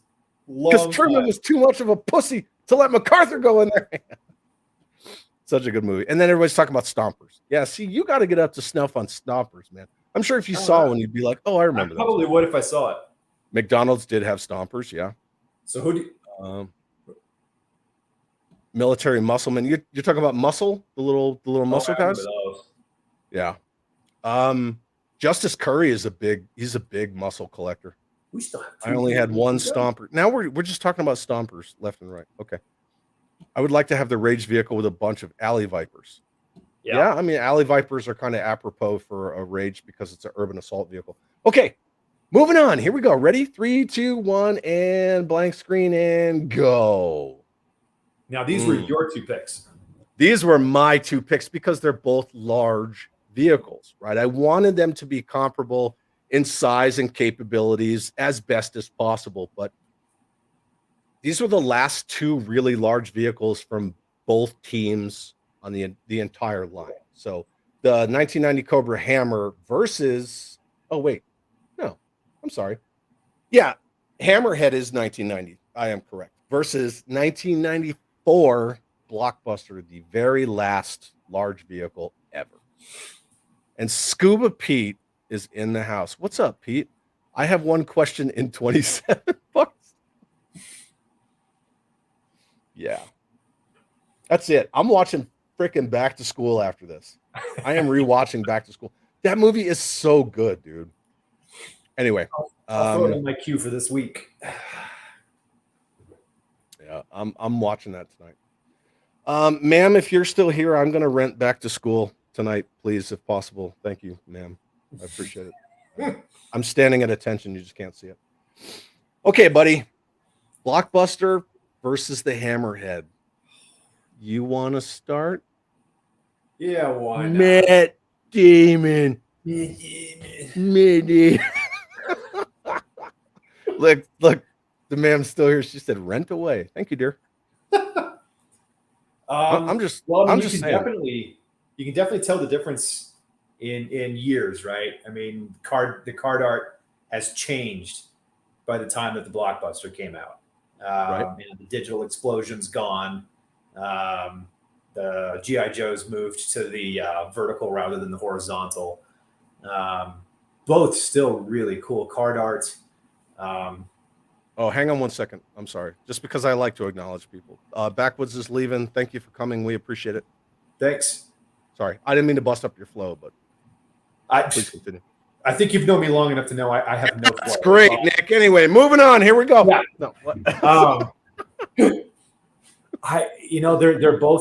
they both came with drivers, right? So that's a plus. They're big vehicles, so they're going to come with a driver. I think they're really neat. I mean, there's definitely some reused parts on certain ones, but they did them right. The color schemes are really, really cool. The like pom-pom guns on the Blockbuster are really neat. I remember your unboxing video when you were going through just putting those together, and it's like, man, I haven't seen one of those things get put together for so long, right? Yeah, it was dude, it was fun putting that thing together. I bet That was fun. You don't see either of these two vehicles around fully complete very often anymore. When you do, they're pretty pricey. They're always missing something, and that one something is usually $40 piece for something the size of like a tip of your thumb. Yeah, dude, the antenna on the top of the Hammerhead is no joke. Yeah, because I just got it and I was like, oh, that was like $35. I know it's like ridiculous. But we're addicts. So what can you say? Yeah. But I don't know. I think they're both really, really neat vehicles. I think that if I was going to pick one for myself, well, as a collector, I'd want both of them. If I was going to pick one, my camera keeps freaking out. I'm sorry about that. My camera. As a kid, though, I think I probably would have went with the Hammerhead. I remember always wanting that so bad as a kid, just because it's separated into all those different individual vehicles. Yeah, it's crazy, man. There was some awesome play factor to that. So yeah, it's subs really and sleds and this and that and when you pull that top sub out, the missiles splay out. And then they go back in. Yeah, it's really fun. They did a really it's almost like it's like tentacles coming out, which it's a water vehicle, so cool. It's cool. But again, when you pick it up, shit's gonna start falling off this thing. Yep. Right? Because I've shown that on camera where I pick it up and I'm like, look at my Hammerhead. And then because those subs on the side, they're just kind of held in by a rail. Yeah, they don't, and they'll just fall right off. But I finally completed my Hammerhead, and well, it's got to be a good feeling. Yeah, the Blockbuster though, you are not going to find it complete loose. Period. No, you just won't. The only way you're going to find a complete Blockbuster, bite the bullet, buy it in the box, open it up, and appreciate putting it together. Yeah, which. Aside from when the Mam and I built the flag, that was probably the last building of a Joe toy that I really, really kind of savored like that. Because everything, the smallest little mundane detail, the little rubber straps that you have to put over the back tires to give it the friction for the pom-pom guns to fire, the fact that it has that massive like safety lever, everything about it, and you're like, you have to push it in before you can do this. And then it literally says in the instructions, like, push this knob in before you load the missiles. Because you're going to, like, shoot yourself in the face. Yeah, man. And then, it comes with the wind chill version 2. But there they are. They're cool. I cannot say enough awesome stuff about either one of these vehicles. The Hammerhead is ridiculous.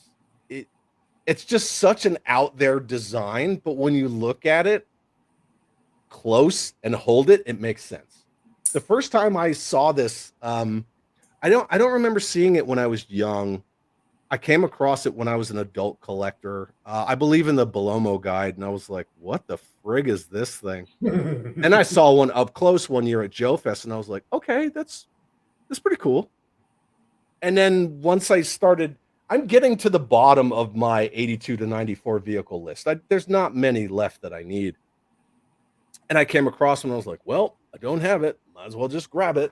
And then when I did, I was really happy that I did. I love the weird lime green, the canopies, the translucent green. It fits so well.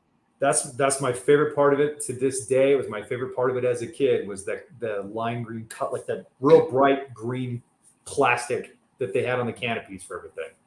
Yeah. That was awesome. And then, so you have such a contrast between these two. So the Hammerhead is busy. It's got a million things going on. It's got, the neon lime green missiles and torso C-clips and the canopies that are translucent. And then you look at the Blockbuster and it's just like, hi, I'm white. It's understated. It's just like, yeah, it's very subtle, right? Black, gray, white, nothing else. Yep. That's it. But that's a big ass vehicle. I always thought that from the side, it always reminded me of the Space Marines vehicle from Aliens. The big, APC? huge tires. Yeah. big old tires, freaking armor plating all the way down the side. It kind of just had that vibe for me when I was a kid. Yeah, I could see that, like the main shell of the vehicle before you Yep. drop the gun into it. Dude, and when you put that gun down in it, it's like a whole, well, I mean, you saw my video. It's a whole massive assembly, and you have to Yep. like click it down in there. I was a little nervous when I was putting that down in the top, and the mam's like kind of standing over my shoulder. I was like, click. Yeah. I'd be, as much fun as it would be, I'd be a nervous wreck unboxing something like that after that many years sealed and then putting it together. It's not brittle plastic.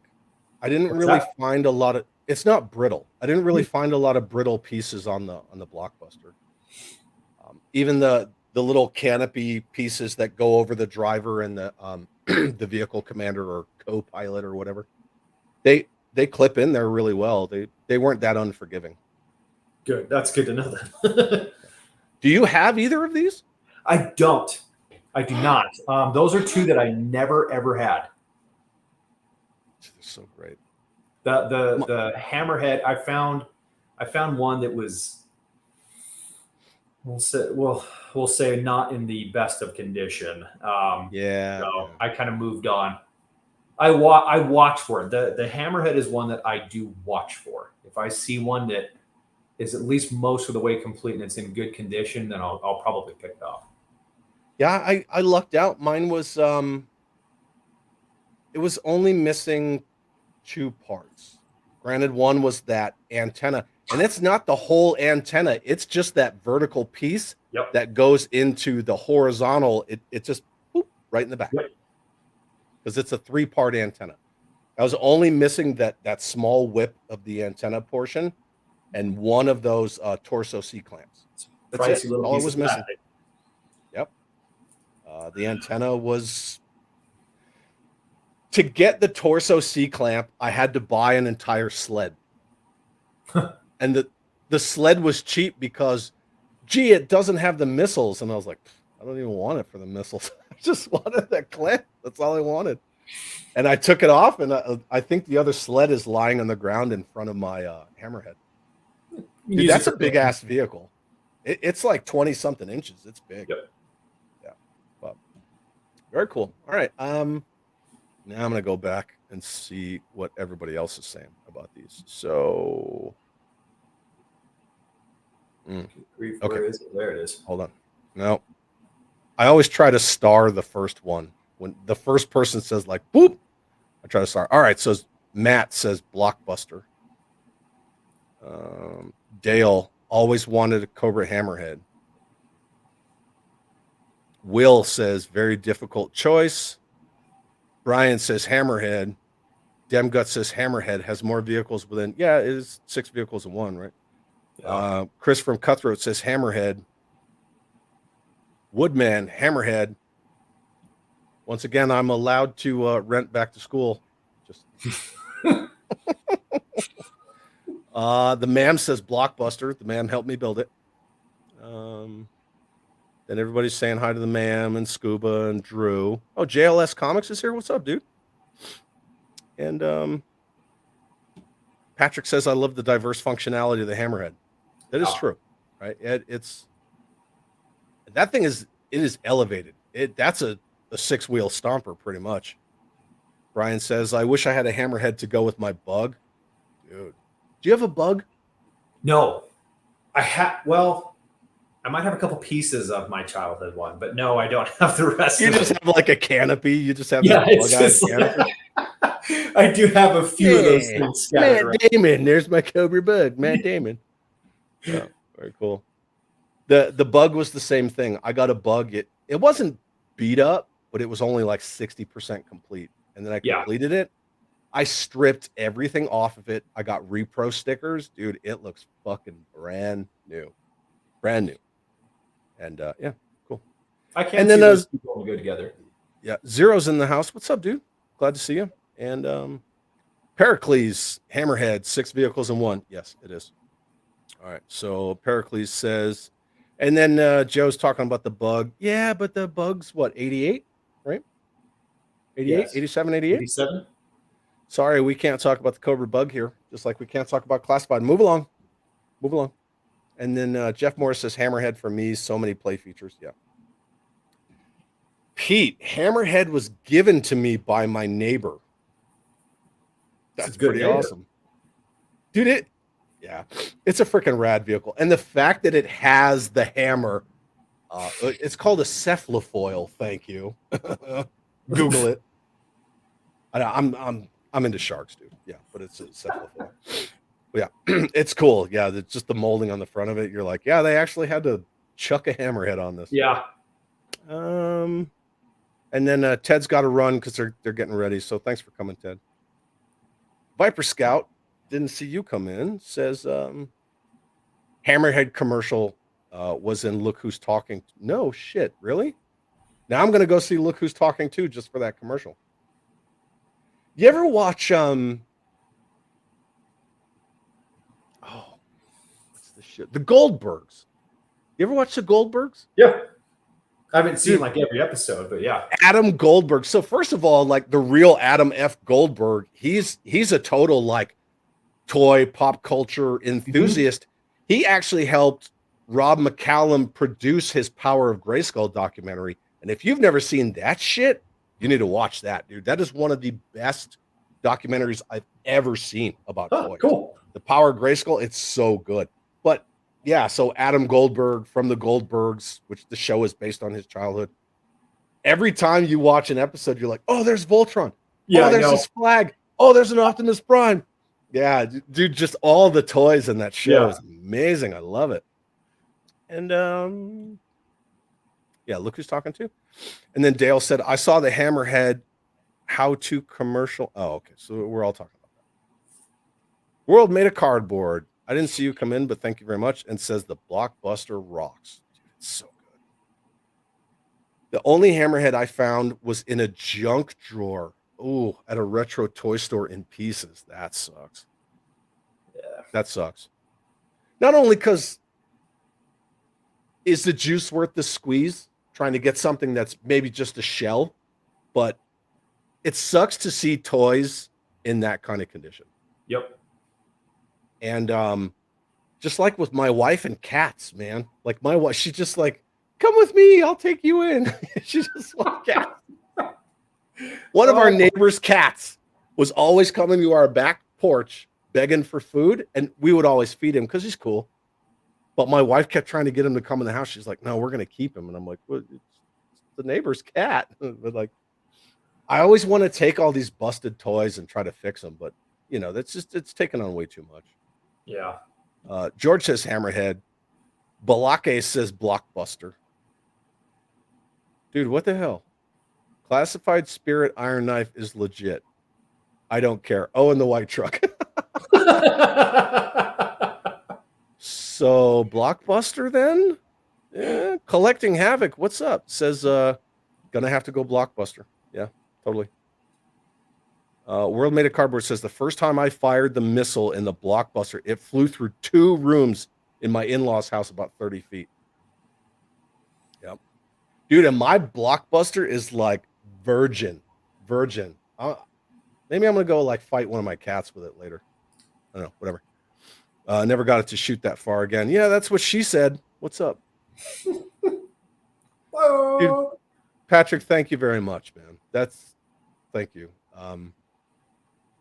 Matt Damon. So, thanks, buddy. Yeah, dude, I never got super chats before, and I got 4 in one night. That's kind of crazy. Yeah, it's very humbling.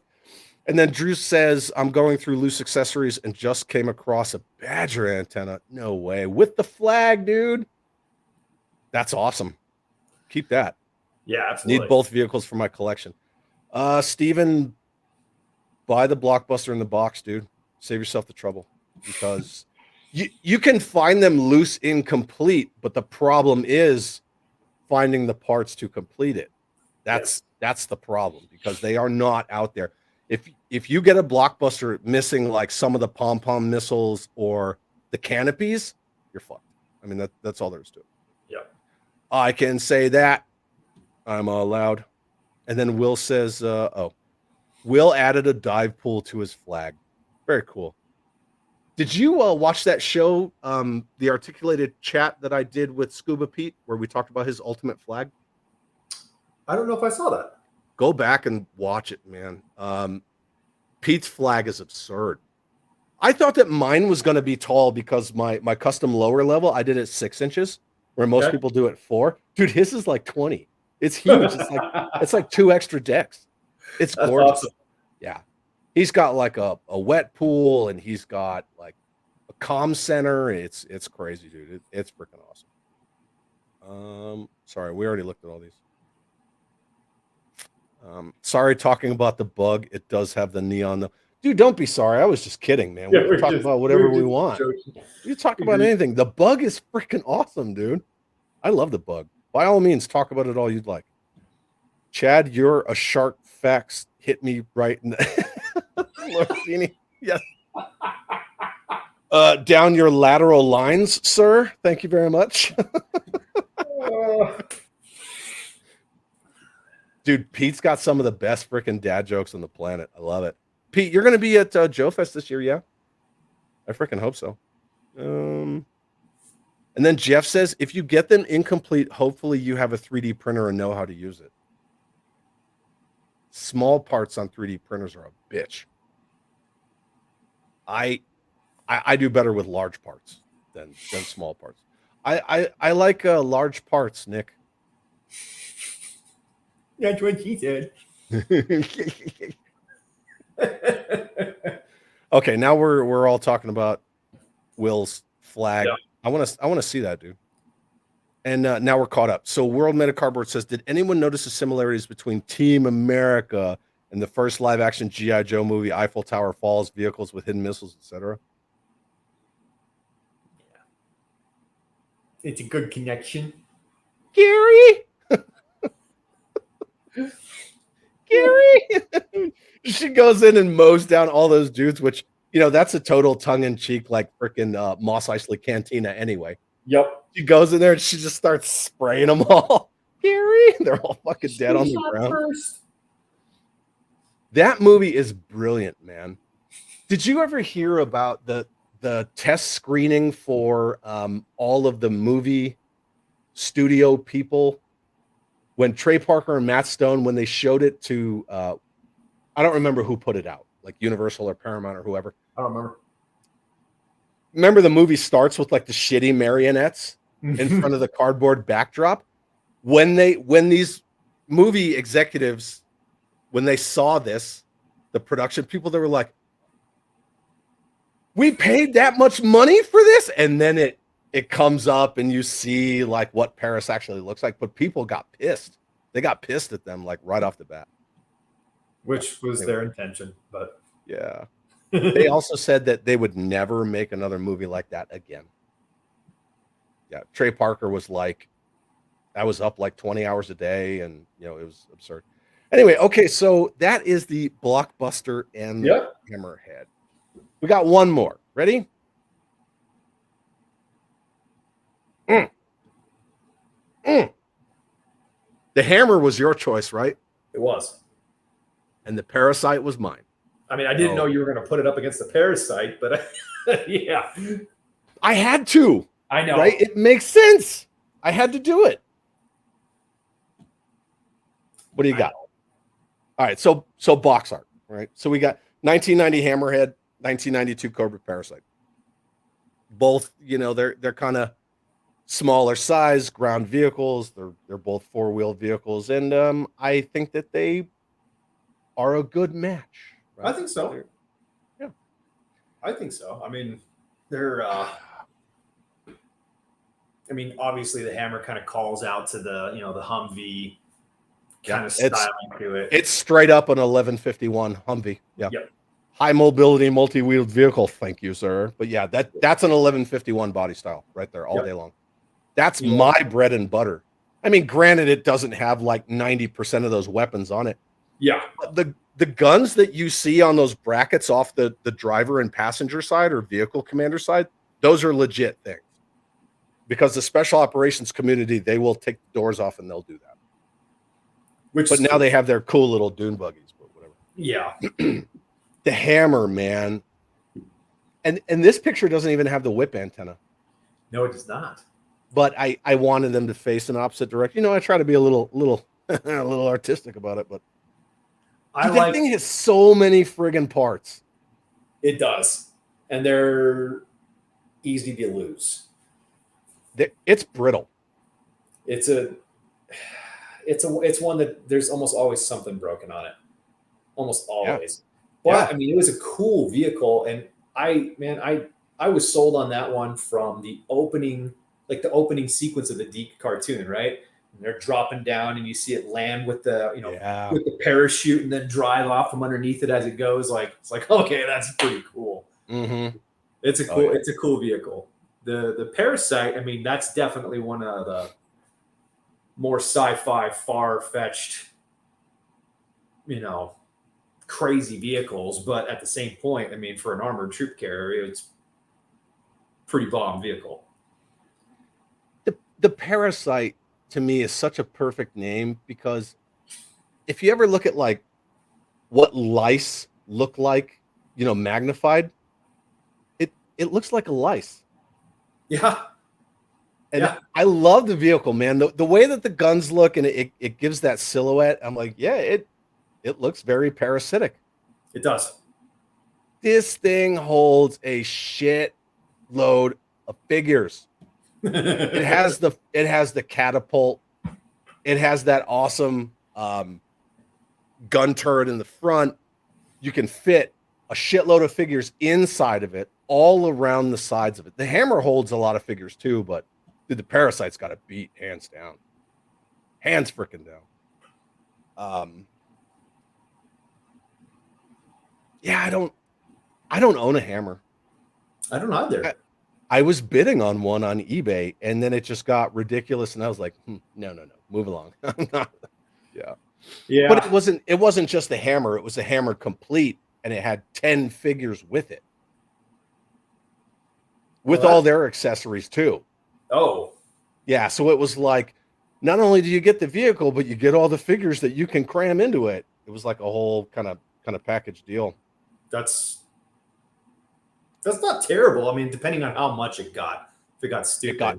It got dumb. Remember that Retaliator that we were looking at? Yeah. That sealed Retaliator? Did you see what it sold for, the final? I didn't see what it sold for. $501. Woo! A sealed Retaliator. $501. Remember what it started at? $20. $20. So we were looking at it. And me, like an asshole, I was like, "Oh, we're gonna kick this party off 150." Just like blew it up. Well, it started with the loose one. Yeah, that loose one got dumb. I lost that loose one by $1. Remember, I was pissed. Yep. I know at one point I'm just bidding this thing up out of spite at this point. Yeah. Because every time I would increase it by $1, that other fool would increase it. And I'm like, all you're doing is you're driving the cost up. Like, so now I'm just gonna I know. It's bitch bidding, right? Yep. Yeah, pretty much. I was like, dude, you could have had that for $51 if you would have just quit. But no, now you're going to pay for it. So. Yeah, there is a level of spite that comes into the eBay auctions for sure. Mm-hmm. I'm either going to snipe you at 4 seconds or I'm just going to keep pushing the bid up just because you pissed me off. Anyway, the Hammer. Do you have a Hammer? No. It's on my list, dude. It's on my Joe Fest list for this year. I've got a Parasite, but I don't have the Hammer. Oh yeah, dude. I love the Parasite. I only have one that's complete. Like the I want to call it a trebuchet, but the catapult. Yeah, catapult. It works. I don't mess with it, right? I just leave it alone because they're sketchy. This day and age, they weren't meant to last 40 years, so I don't fuck with it. I just leave it alone. Yeah. My incomplete one though, I'll get down with the incomplete one because it doesn't have the catapult on the top. It has the mines, but no catapult. Gotcha. And I was considering making the incomplete one Iron Grenadiers and putting some other kind of weapon system on the top of it. But for right now, it's just sitting over there. I'm leaving it alone. But which one of these speaks to you? Both of them? One of them more than the other? Oh man. I think I'd have to go with the hammer just because I want it. Because I don't have it. Gimme! There's a level of like, I like it because I don't have it. Do you like stuff? I need stuff. Yeah. I like stuff, especially want stuff that I don't have. So I think that's what fuels the fire, right? That's what keeps us going. It is. There's never really an end. When do you get to the end? Even if you got to the end, you would find something else. Oh yeah, because then you pick a specific subset that you want to build out, or you'd pick a specific figure that you now want to army build, or you'd look at it and you're going back through your collection going, well, this one, this one's got a broken thumb. So now I got to find all the broken ones and figure out, okay, how do I get new ones to level up? Dude, if you completed 82 to 94 and you were done, you're either going to army build, customs, or you're going to get in on Action Force. You're going to be like, oh yeah, I really want that sea lion because God knows I want to shell out $500 for something. I need that sea lion so bad. I need it so bad. So here my 9-year-old, right? So we're building our collection as we go. He comes to me the other day and he goes, Dad, are we gonna maybe start getting some of the old Action Force figures? I was like, I love you. Coming to me asking for toys from 1982, right? 83, 84 that we didn't even have released in the US. Love it. I know Pete's probably gonna disown me when I say this, maybe George Aiken too, but there's a charm having the 5 POA Action Force stuff with the Joes. There's a charm to it, but at the same time, it just draws my eye right to them. And then I start asking myself, well, if I'm going to have 5 POA Action Force figures, because I have the vehicles and stuff, right? Why don't I start putting 5 POA reaction figures in with this shit too? And then how far down the rabbit hole do you wind up going? Yeah. Now, that being said, a 5 POA Action Force figure to me looks a million times better than a 5 POA reaction because it's reaction. It's supposed to look, in the style of reaction stuff. But the old Palatoy stuff is, that's history. Did you hear that? No? Okay. No. Paul Walker just tore ass by my house. I don't know. Yeah. Well, but no, the Palatoy stuff is history. That's 5 POA for a reason. Reactions 5 POA out of laziness and nostalgia back toward that. But that's my take on that. Reactions 5 POA because it's reaction, because it's by choice. They're already fucking $20. Could you imagine if they were any more points of articulation than 5? Yeah. Well, it's Super 7, and it would be the G.I. Joe Ultimates. Subpar. And those are what, 57, 58 bucks a pop for a 7-inch figure? I don't know because I don't care. Yep. I am blissfully ignorant of that because I don't choose to go look. But the Hiya Toys 4-inch Joes are only $20. There you go. Cool. All right. So, last vehicle of the night, head to head. Let's see what people are saying. So, Danjamin says, Hammer, easy. George Aiken, Hammer time. And World Made of Cardboard had them both. Hammer is the best. Look at this, man. Joe Ricondo, hands down, Hammer. Dale says Parasite. Patrick says Parasite. Joe says way more play value with the Hammer. Yeah. The Hammer has those flick missiles, right? Those aren't spring-loaded in the back of the Hammer. They're the ones that you flick. Yeah, they're the flicks. Yeah. But flick them and people sick could argue that the Parasite has a lot of play value, too. So, I don't know. There's Paul Walker again, dude. Parasite. Yeah. And then Chris says Parasite because of the catapult. Oh, look, Parasite's coming back, buddy. Steve says Parasite.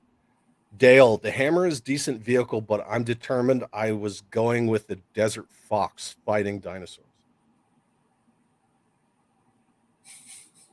Yeah. the 6x6 that they reuse for Dino Hunters. Yep. I just got a complete Desert Fox too. That's Dude, pretty cool. I've been making some scores lately. I was gonna say, dude, some scores, of the stuff you dude. popping up when you're texting me is. I got all those 1994 30th anniversary action, Action Sailor, Action Soldier, all of them in one shot. I got that armor bot. They're cool. Dude, Did you get the? Because there was a couple different pilots. There was one that was like a convention exclusive, and then there was two different in the set sailors. There's two. No, I only have the one sailor so far, but then there's the set. Yeah, it was the open face set. Yep. Yeah. Okay. And the capsule, right? Yep. Dude, I almost picked one of those tonight, but store down the street has the original 12-inch space capsule, the Mercury capsule. That's cool. I want it just to have it. Just for the history of it. Yeah. Absolutely. Put it in a glass case somewhere. Benjamin, the hammer is so fragile, even at launch. Yeah, dude, it is. It's frail. It is brittle. That's why it's hard to find them now. Demgut says hammer. Patrick says, I have dry swept under. Oh, too many Humvees to want one on my shelf. That's fair. I got a sweet 118 scale die cast Humvee that's freaking awesome, dude. It's heavy. So it's like legit die cast metal 118 scale. Brian says hammer. Jeff Morris says hammer. Dale. Chad also did a very good custom on the Parasite. Punk with Toys. What's up, Lawrence? Hammer is cool. I think I have 2 shells waiting to be completed someday. That's awesome. Hopefully you can complete them. Brandon says hammer. Are you kidding me? Was that a vote for or a vote against? I think he was saying his answer is hammer and asking if we were kidding by that contest. I'm going with hammer. Yeah. I don't know. I was going to crack a joke, but I try to be mindful about jokes that I crack. What about the FFT missiles? Does the real Hummer have FFT missiles? Hammer's instructions say FFT stood for finger flick technology. Yeah, that's the missiles on the back. You just gotta. And yeah, the real Hummer does have those. Why isn't this working? Thump, thump, thump, thump, thump. Yeah, it's a little more violent than that, but yeah. Parasite, those Heat Vipers are the rocket firing ones. What? I understand. I don't. I want 1/10 scale Humvee RC so bad. Oh yeah. That would be for your 6-inch figures, I'm guessing. Was the 2000s release was camo, had a weird gun on top though. You talking about the Parasite? The hammer. Was there a 2000 re-release for the hammer?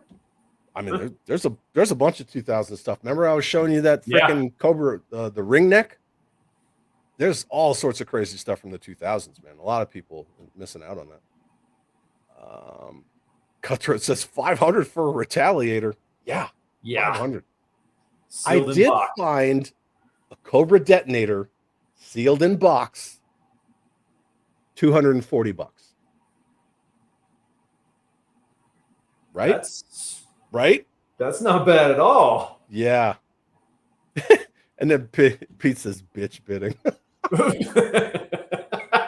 I do that, dude. I will do that. Like, if you got to be that a-hole and be like, oh, well, this guy can't outbid me. I'm going to outbid him by 50 cents. And be like, all right, motherfucker, here it comes. That's your t-shirt slogan, right?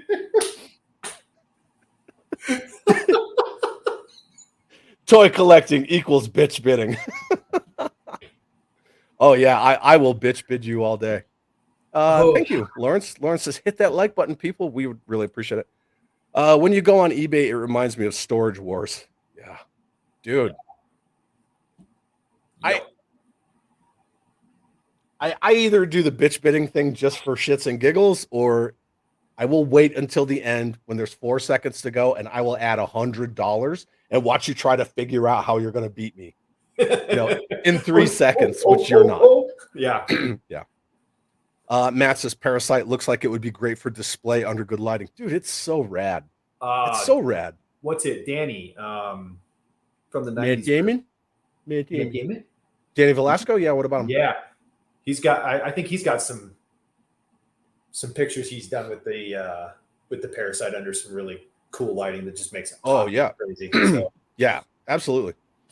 And then Brandon says bitch bidding. What is the actual price to regular dudes from this? I don't know. I'm sorry. Photo Viper says Parasite's one of my favorite. Joe Ricondo says Hammer has that Boss Caliber 50 stored in the back. True. And it's Caliber 50, sir. Yeah. As announced in the crew fire command, Caliber 50. If you've modded a Parasite into an Iron Grenadier's vehicle, would be perfect. Hell, they showed Destro driving. Yes, absolutely. I look at this. Look at you see this whole thing? That's all shit that I still have to customize. Like I'm working on it. I'm busy. Yeah. Takes time. Yeah. Matt Damon. And then Demgut says using Marauders and custom head sculpts to make Action Force figures. Yes, absolutely. Pete says Sea Lion George totally helped me. Yes, I know, Pete, which is totally awesome, man. That's so cool. We talked about that. George Aiken has this. He has this magical portal in his house where he just opens this portal with some kind of Doctor Strange magic, and all of these like mint condition, 100% complete like Palatoy awesomeness just starts falling out of it. I've talked with him on some of his posts, and I'm just like, good Lord, dude. Where do you I can't even fathom the amount of money that's tied up in that collection. His Action Force collection is out of this world. Yeah. Out of this world. Anyway, Photo Viper said, I did my Parasite in purple for my Techno Vipers. That's cool. That's actually really cool. I could see doing it in like Cobra Mamba colors too. That'd be cool. Yep. And then Brandon says, more than the Rattler. I love the Rattler. Now we're talking about Rattler. Woodman says Hammer. Jeff says, I have a few reaction figures. I got them for $5 to $10 each on sale and clearance. They're okay. If you get them on sale. I bought some Transformer reaction figures and I ripped them apart and I took out my Dremel and I cut them apart and I made custom battle android troopers with them. I did do that. It was worth it. 100% worth it. Brandon says, Hammer, like, really? Pete says Parasite. And then, yeah, Pete says $5 makes reaction figures more appealing. Brandon says Hammer. Brandon says Hammer rules. Brandon says, yee! The 2002 Brawler. Yeah, okay. Gotcha. Now we're all on the same page. Nothing beats pull start. Okay, yeah, no, we're just getting weird. Yeah, there was a Hammer that was camouflaged. Toys R Us. How would you keep dirt out of the cannons on the Parasite's bumper? Fire them a lot. I don't know. And then Toy Domination's here. What's up, Dom? He says, "Ayo, Dom, what do you pick, dude? Hammer or Parasite?" Pericles says Hammer, and I'm the same with RC. Okay. Now everybody's saying hi to Dom. And then George says, before Analog Toys did the Action Force videos, at ATC would cost about $50. Ugh. George and I have had more. We've had several conversations about the ATC because I have one and my freaking turret was garbage. But the only way that I could get a hold of an ATC without shelling out like $300-400 US was to get one with like a shit ass turret. And so I made a custom turret to go on it. Yeah, I kind of greebled it out of Scrap Iron's launcher and a spare APC turret. I just kind of made one. Yeah, works. But the ATC itself is great. The stickers look good. The little command center inside is not beat up. It's good to go. It was just the turret. But that's generally what you're going to find. Is you're going to find one with a shit turret or missing the missile rack. And then Dom says Hammer, first real Joe vehicle truck that could carry 4+ dudes. First? Carries what? 10? 12. 2, 4, 6, 8, 10. It holds 10. Was there an actual Humvee released in G.I. Joe? You're fucking looking at it, dude. I don't. I mean, that's a M1151 Alpha 1 right there. There it is. That's a Humvee. I mean, granted, it's got all the Joe stuff on it, but whatever. Cool. Your final answer is what? Nick. Hammer. Now, you said earlier that you're going Hammer because you want one and don't have one, right? Yep. I get that. I understand what you're saying, but I have 2 Parasites, right? I put my hands on it and I display them, and God, man, the Parasite holds so many more figures. But shit, I want a Hammer too. Yeah, and then see Danjamin, the Hammer looks absolutely massive beside some of the older toys. It's a bummer that it's bigger than some tanks. I can't emulate this enough. I have this weird thing with scale, man. Yeah. So yeah, that thing's easily like the size of, if not bigger than, like a Mobat or a Mauler. Like it's and it's a Jeep. a Mobat's like, you know, it's loosely based on, but a Mobat's an Abrams. You know, and then the Mauler is even bigger. Yeah, some of these vehicles, you put some of the later or newer vehicles next to some of the older stuff, and you're like, man, they just don't scale. They don't scale well enough. And I get a case of the ass about that. I either have to display them in totally separate areas because I don't like the way that they look next to each other. Dude, put the Hammer next to a Vamp. Like, you want to talk about, like, yeah, that's like eye cancer. I can't do it. I cannot do it. Hey, are you getting that classified scrap iron? You gonna get that? Did you pre-order that? Me? Yeah, you. No, I don't pre-order anything. Fuck. Pardon me. I don't. I played that game a little earlier on and was like, no, this is bull crap. Nope. If my son happens to see one when we're out and about, or he goes, wow, that's a cool looking one, I'll find it when I'm out and about, and I'll grab it for him. But other than that, no. Right on. And then Robert Mobley says, hello, I'm going to be listening mostly as I'm driving home from work. So hello, Robert, on your drive. Thanks for being here, man. Ooh, yeah, World Made of Cardboard. Final Faction ATV. Do you have any of those? I don't.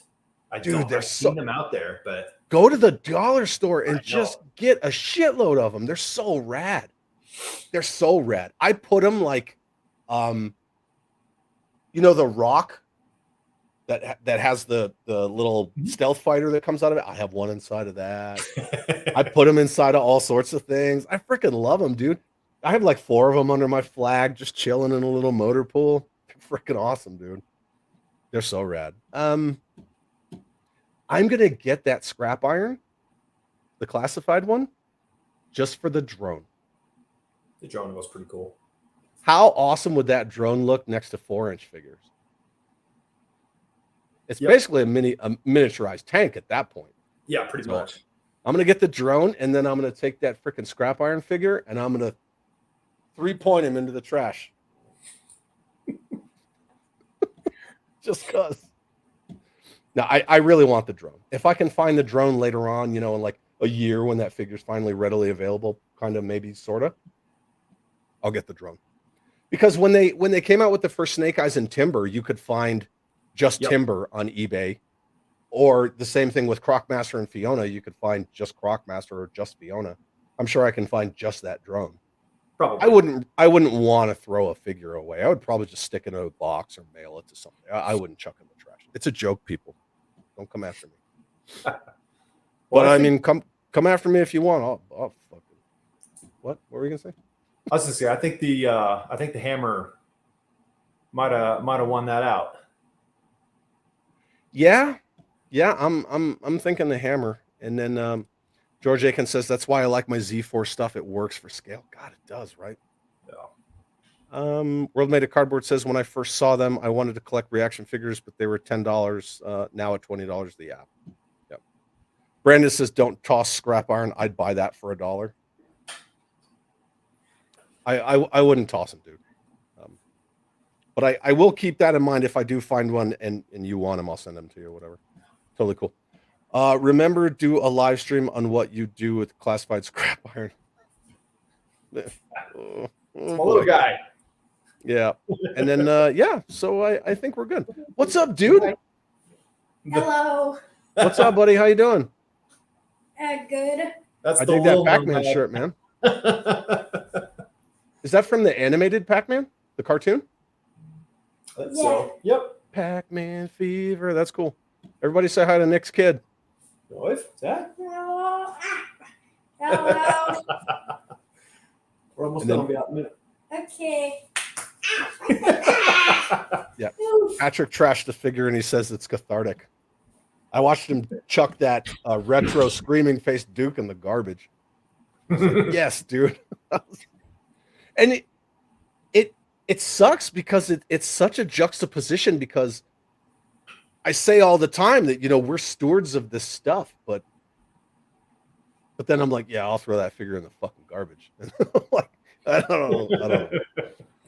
I wouldn't though. It's all just joking, because I actually have a giant box of classified figures in the back of the room here. Cool. All right. So well, look, everybody's saying hi. See? Yeah. What's up, little Nomad? Hi. Hey, little Nick, buddy. Yeah, man, cool. That's cool. Everybody's showing your kiddo some love. That's Yeah, thanks everybody. cool. All right. So the last thing on our agenda is our buddy John Earl. And of course he's not here, but whatever. He does some really awesome art, and we've highlighted John's art before, and John and his kiddo actually did Clanker and Tank for Carson's Operation Recall. So he and his kid designed character That's with an cool. animal companion. You can't go wrong, right? I think Tank was a tortoise, right? I think so. And so this is John's Instagram, in case anybody wants to go check out John Earl's stuff. It's Half the Battle 13, and there is the link to his Instagram, and his shit is awesome. He freehands it all.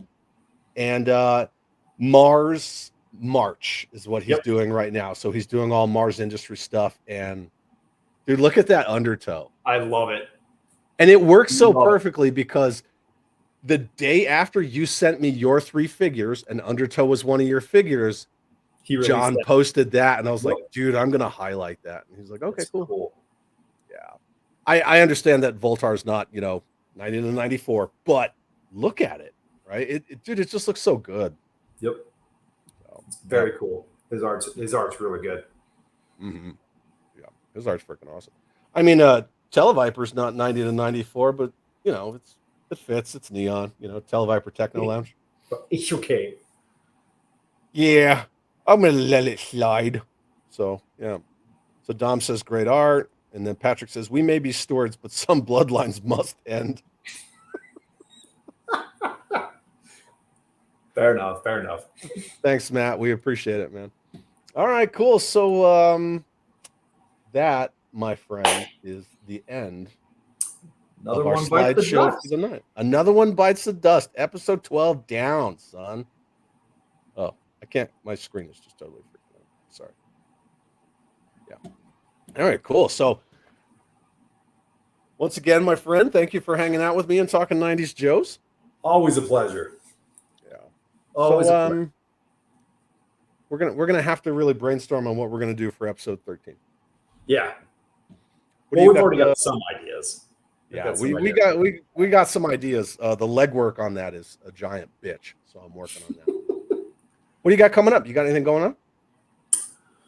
Heading to Arizona for a couple 2-3 weeks. So be down That's there. right next door. What's that? That's right next door. It is. Well, once I'm done with that, then I'm going to be swinging your way. So, Nice. So in a couple weeks, we'll go do some toy hunting. I think so. That'd be cool. Maybe That we is could the plan. work it out to where we actually do one of these together That in would here. That'd be pretty cool. We just probably wouldn't be able to do it on a Sunday. We'd have to pre-record it. We could do that. Yeah, we could pre-record it, and then I'll just live premiere it and hang out. There you go. Yeah, we'll talk about that offline. But Yeah, we've got a little bit of time. As always, I have to thank everybody in the chat for hanging out with us. A lot of people, great conversations. We really appreciate, the interactivity and the feedback and everything like that. And some super chats. I know, man. That's so humbling, and I don't know. It's a little. And then I don't know. Maybe I'll ask everybody what they think about merch. I don't, it wouldn't be like merch with my name on it. It would probably just be like the "Do you like stuff?" But yeah, because I want a shirt that says "Do you like stuff?" Yeah. Let's be real. I just want to walk around in a shirt that says that. Do you like stuff? I like stuff. Cool. All right. Well, thanks to everybody in the chat for hanging out with us tonight. And Nick, do you have any closing thoughts? My camera keeps smash the like button, subscribe. Thanks everybody for tuning in. Yeah. Thank you all for being with us tonight. And next week, I'm just going to plug it now. I might as well. So next week for my second Road to Joe Fest, I have none other than Mr. Bobby Valla himself. So that'll be next Sunday. And I'm actually really looking forward to that. So yeah, it'll be nice to it'll be nice to talk to Bobby, and I'm gonna try to push the buttons because that's how I roll. But he'll get down, you know what I mean? He will get down. I'm gonna ask him some shit, and I'm sure he'll answer, and it'll be fun. Yeah, so, it'll be cool. All right, brother. Well, I will see you in 2 weeks. And everybody in the chat, thank you so much for hanging out. Oh man, come on, dude. Jeez. With my last ounce of battery, I say thank you so much. And thank you everybody again. Thank you so much for hanging out with us. And you guys are what makes this show fun. And you make it possible. So yeah, Nick and I couldn't do this without you. So thank you to every single one of you that came. Even if you didn't stay the whole time, if you just popped in and popped out, we love and appreciate you. And yo frickin' Joe, have a good night. See you around, everybody. Bye.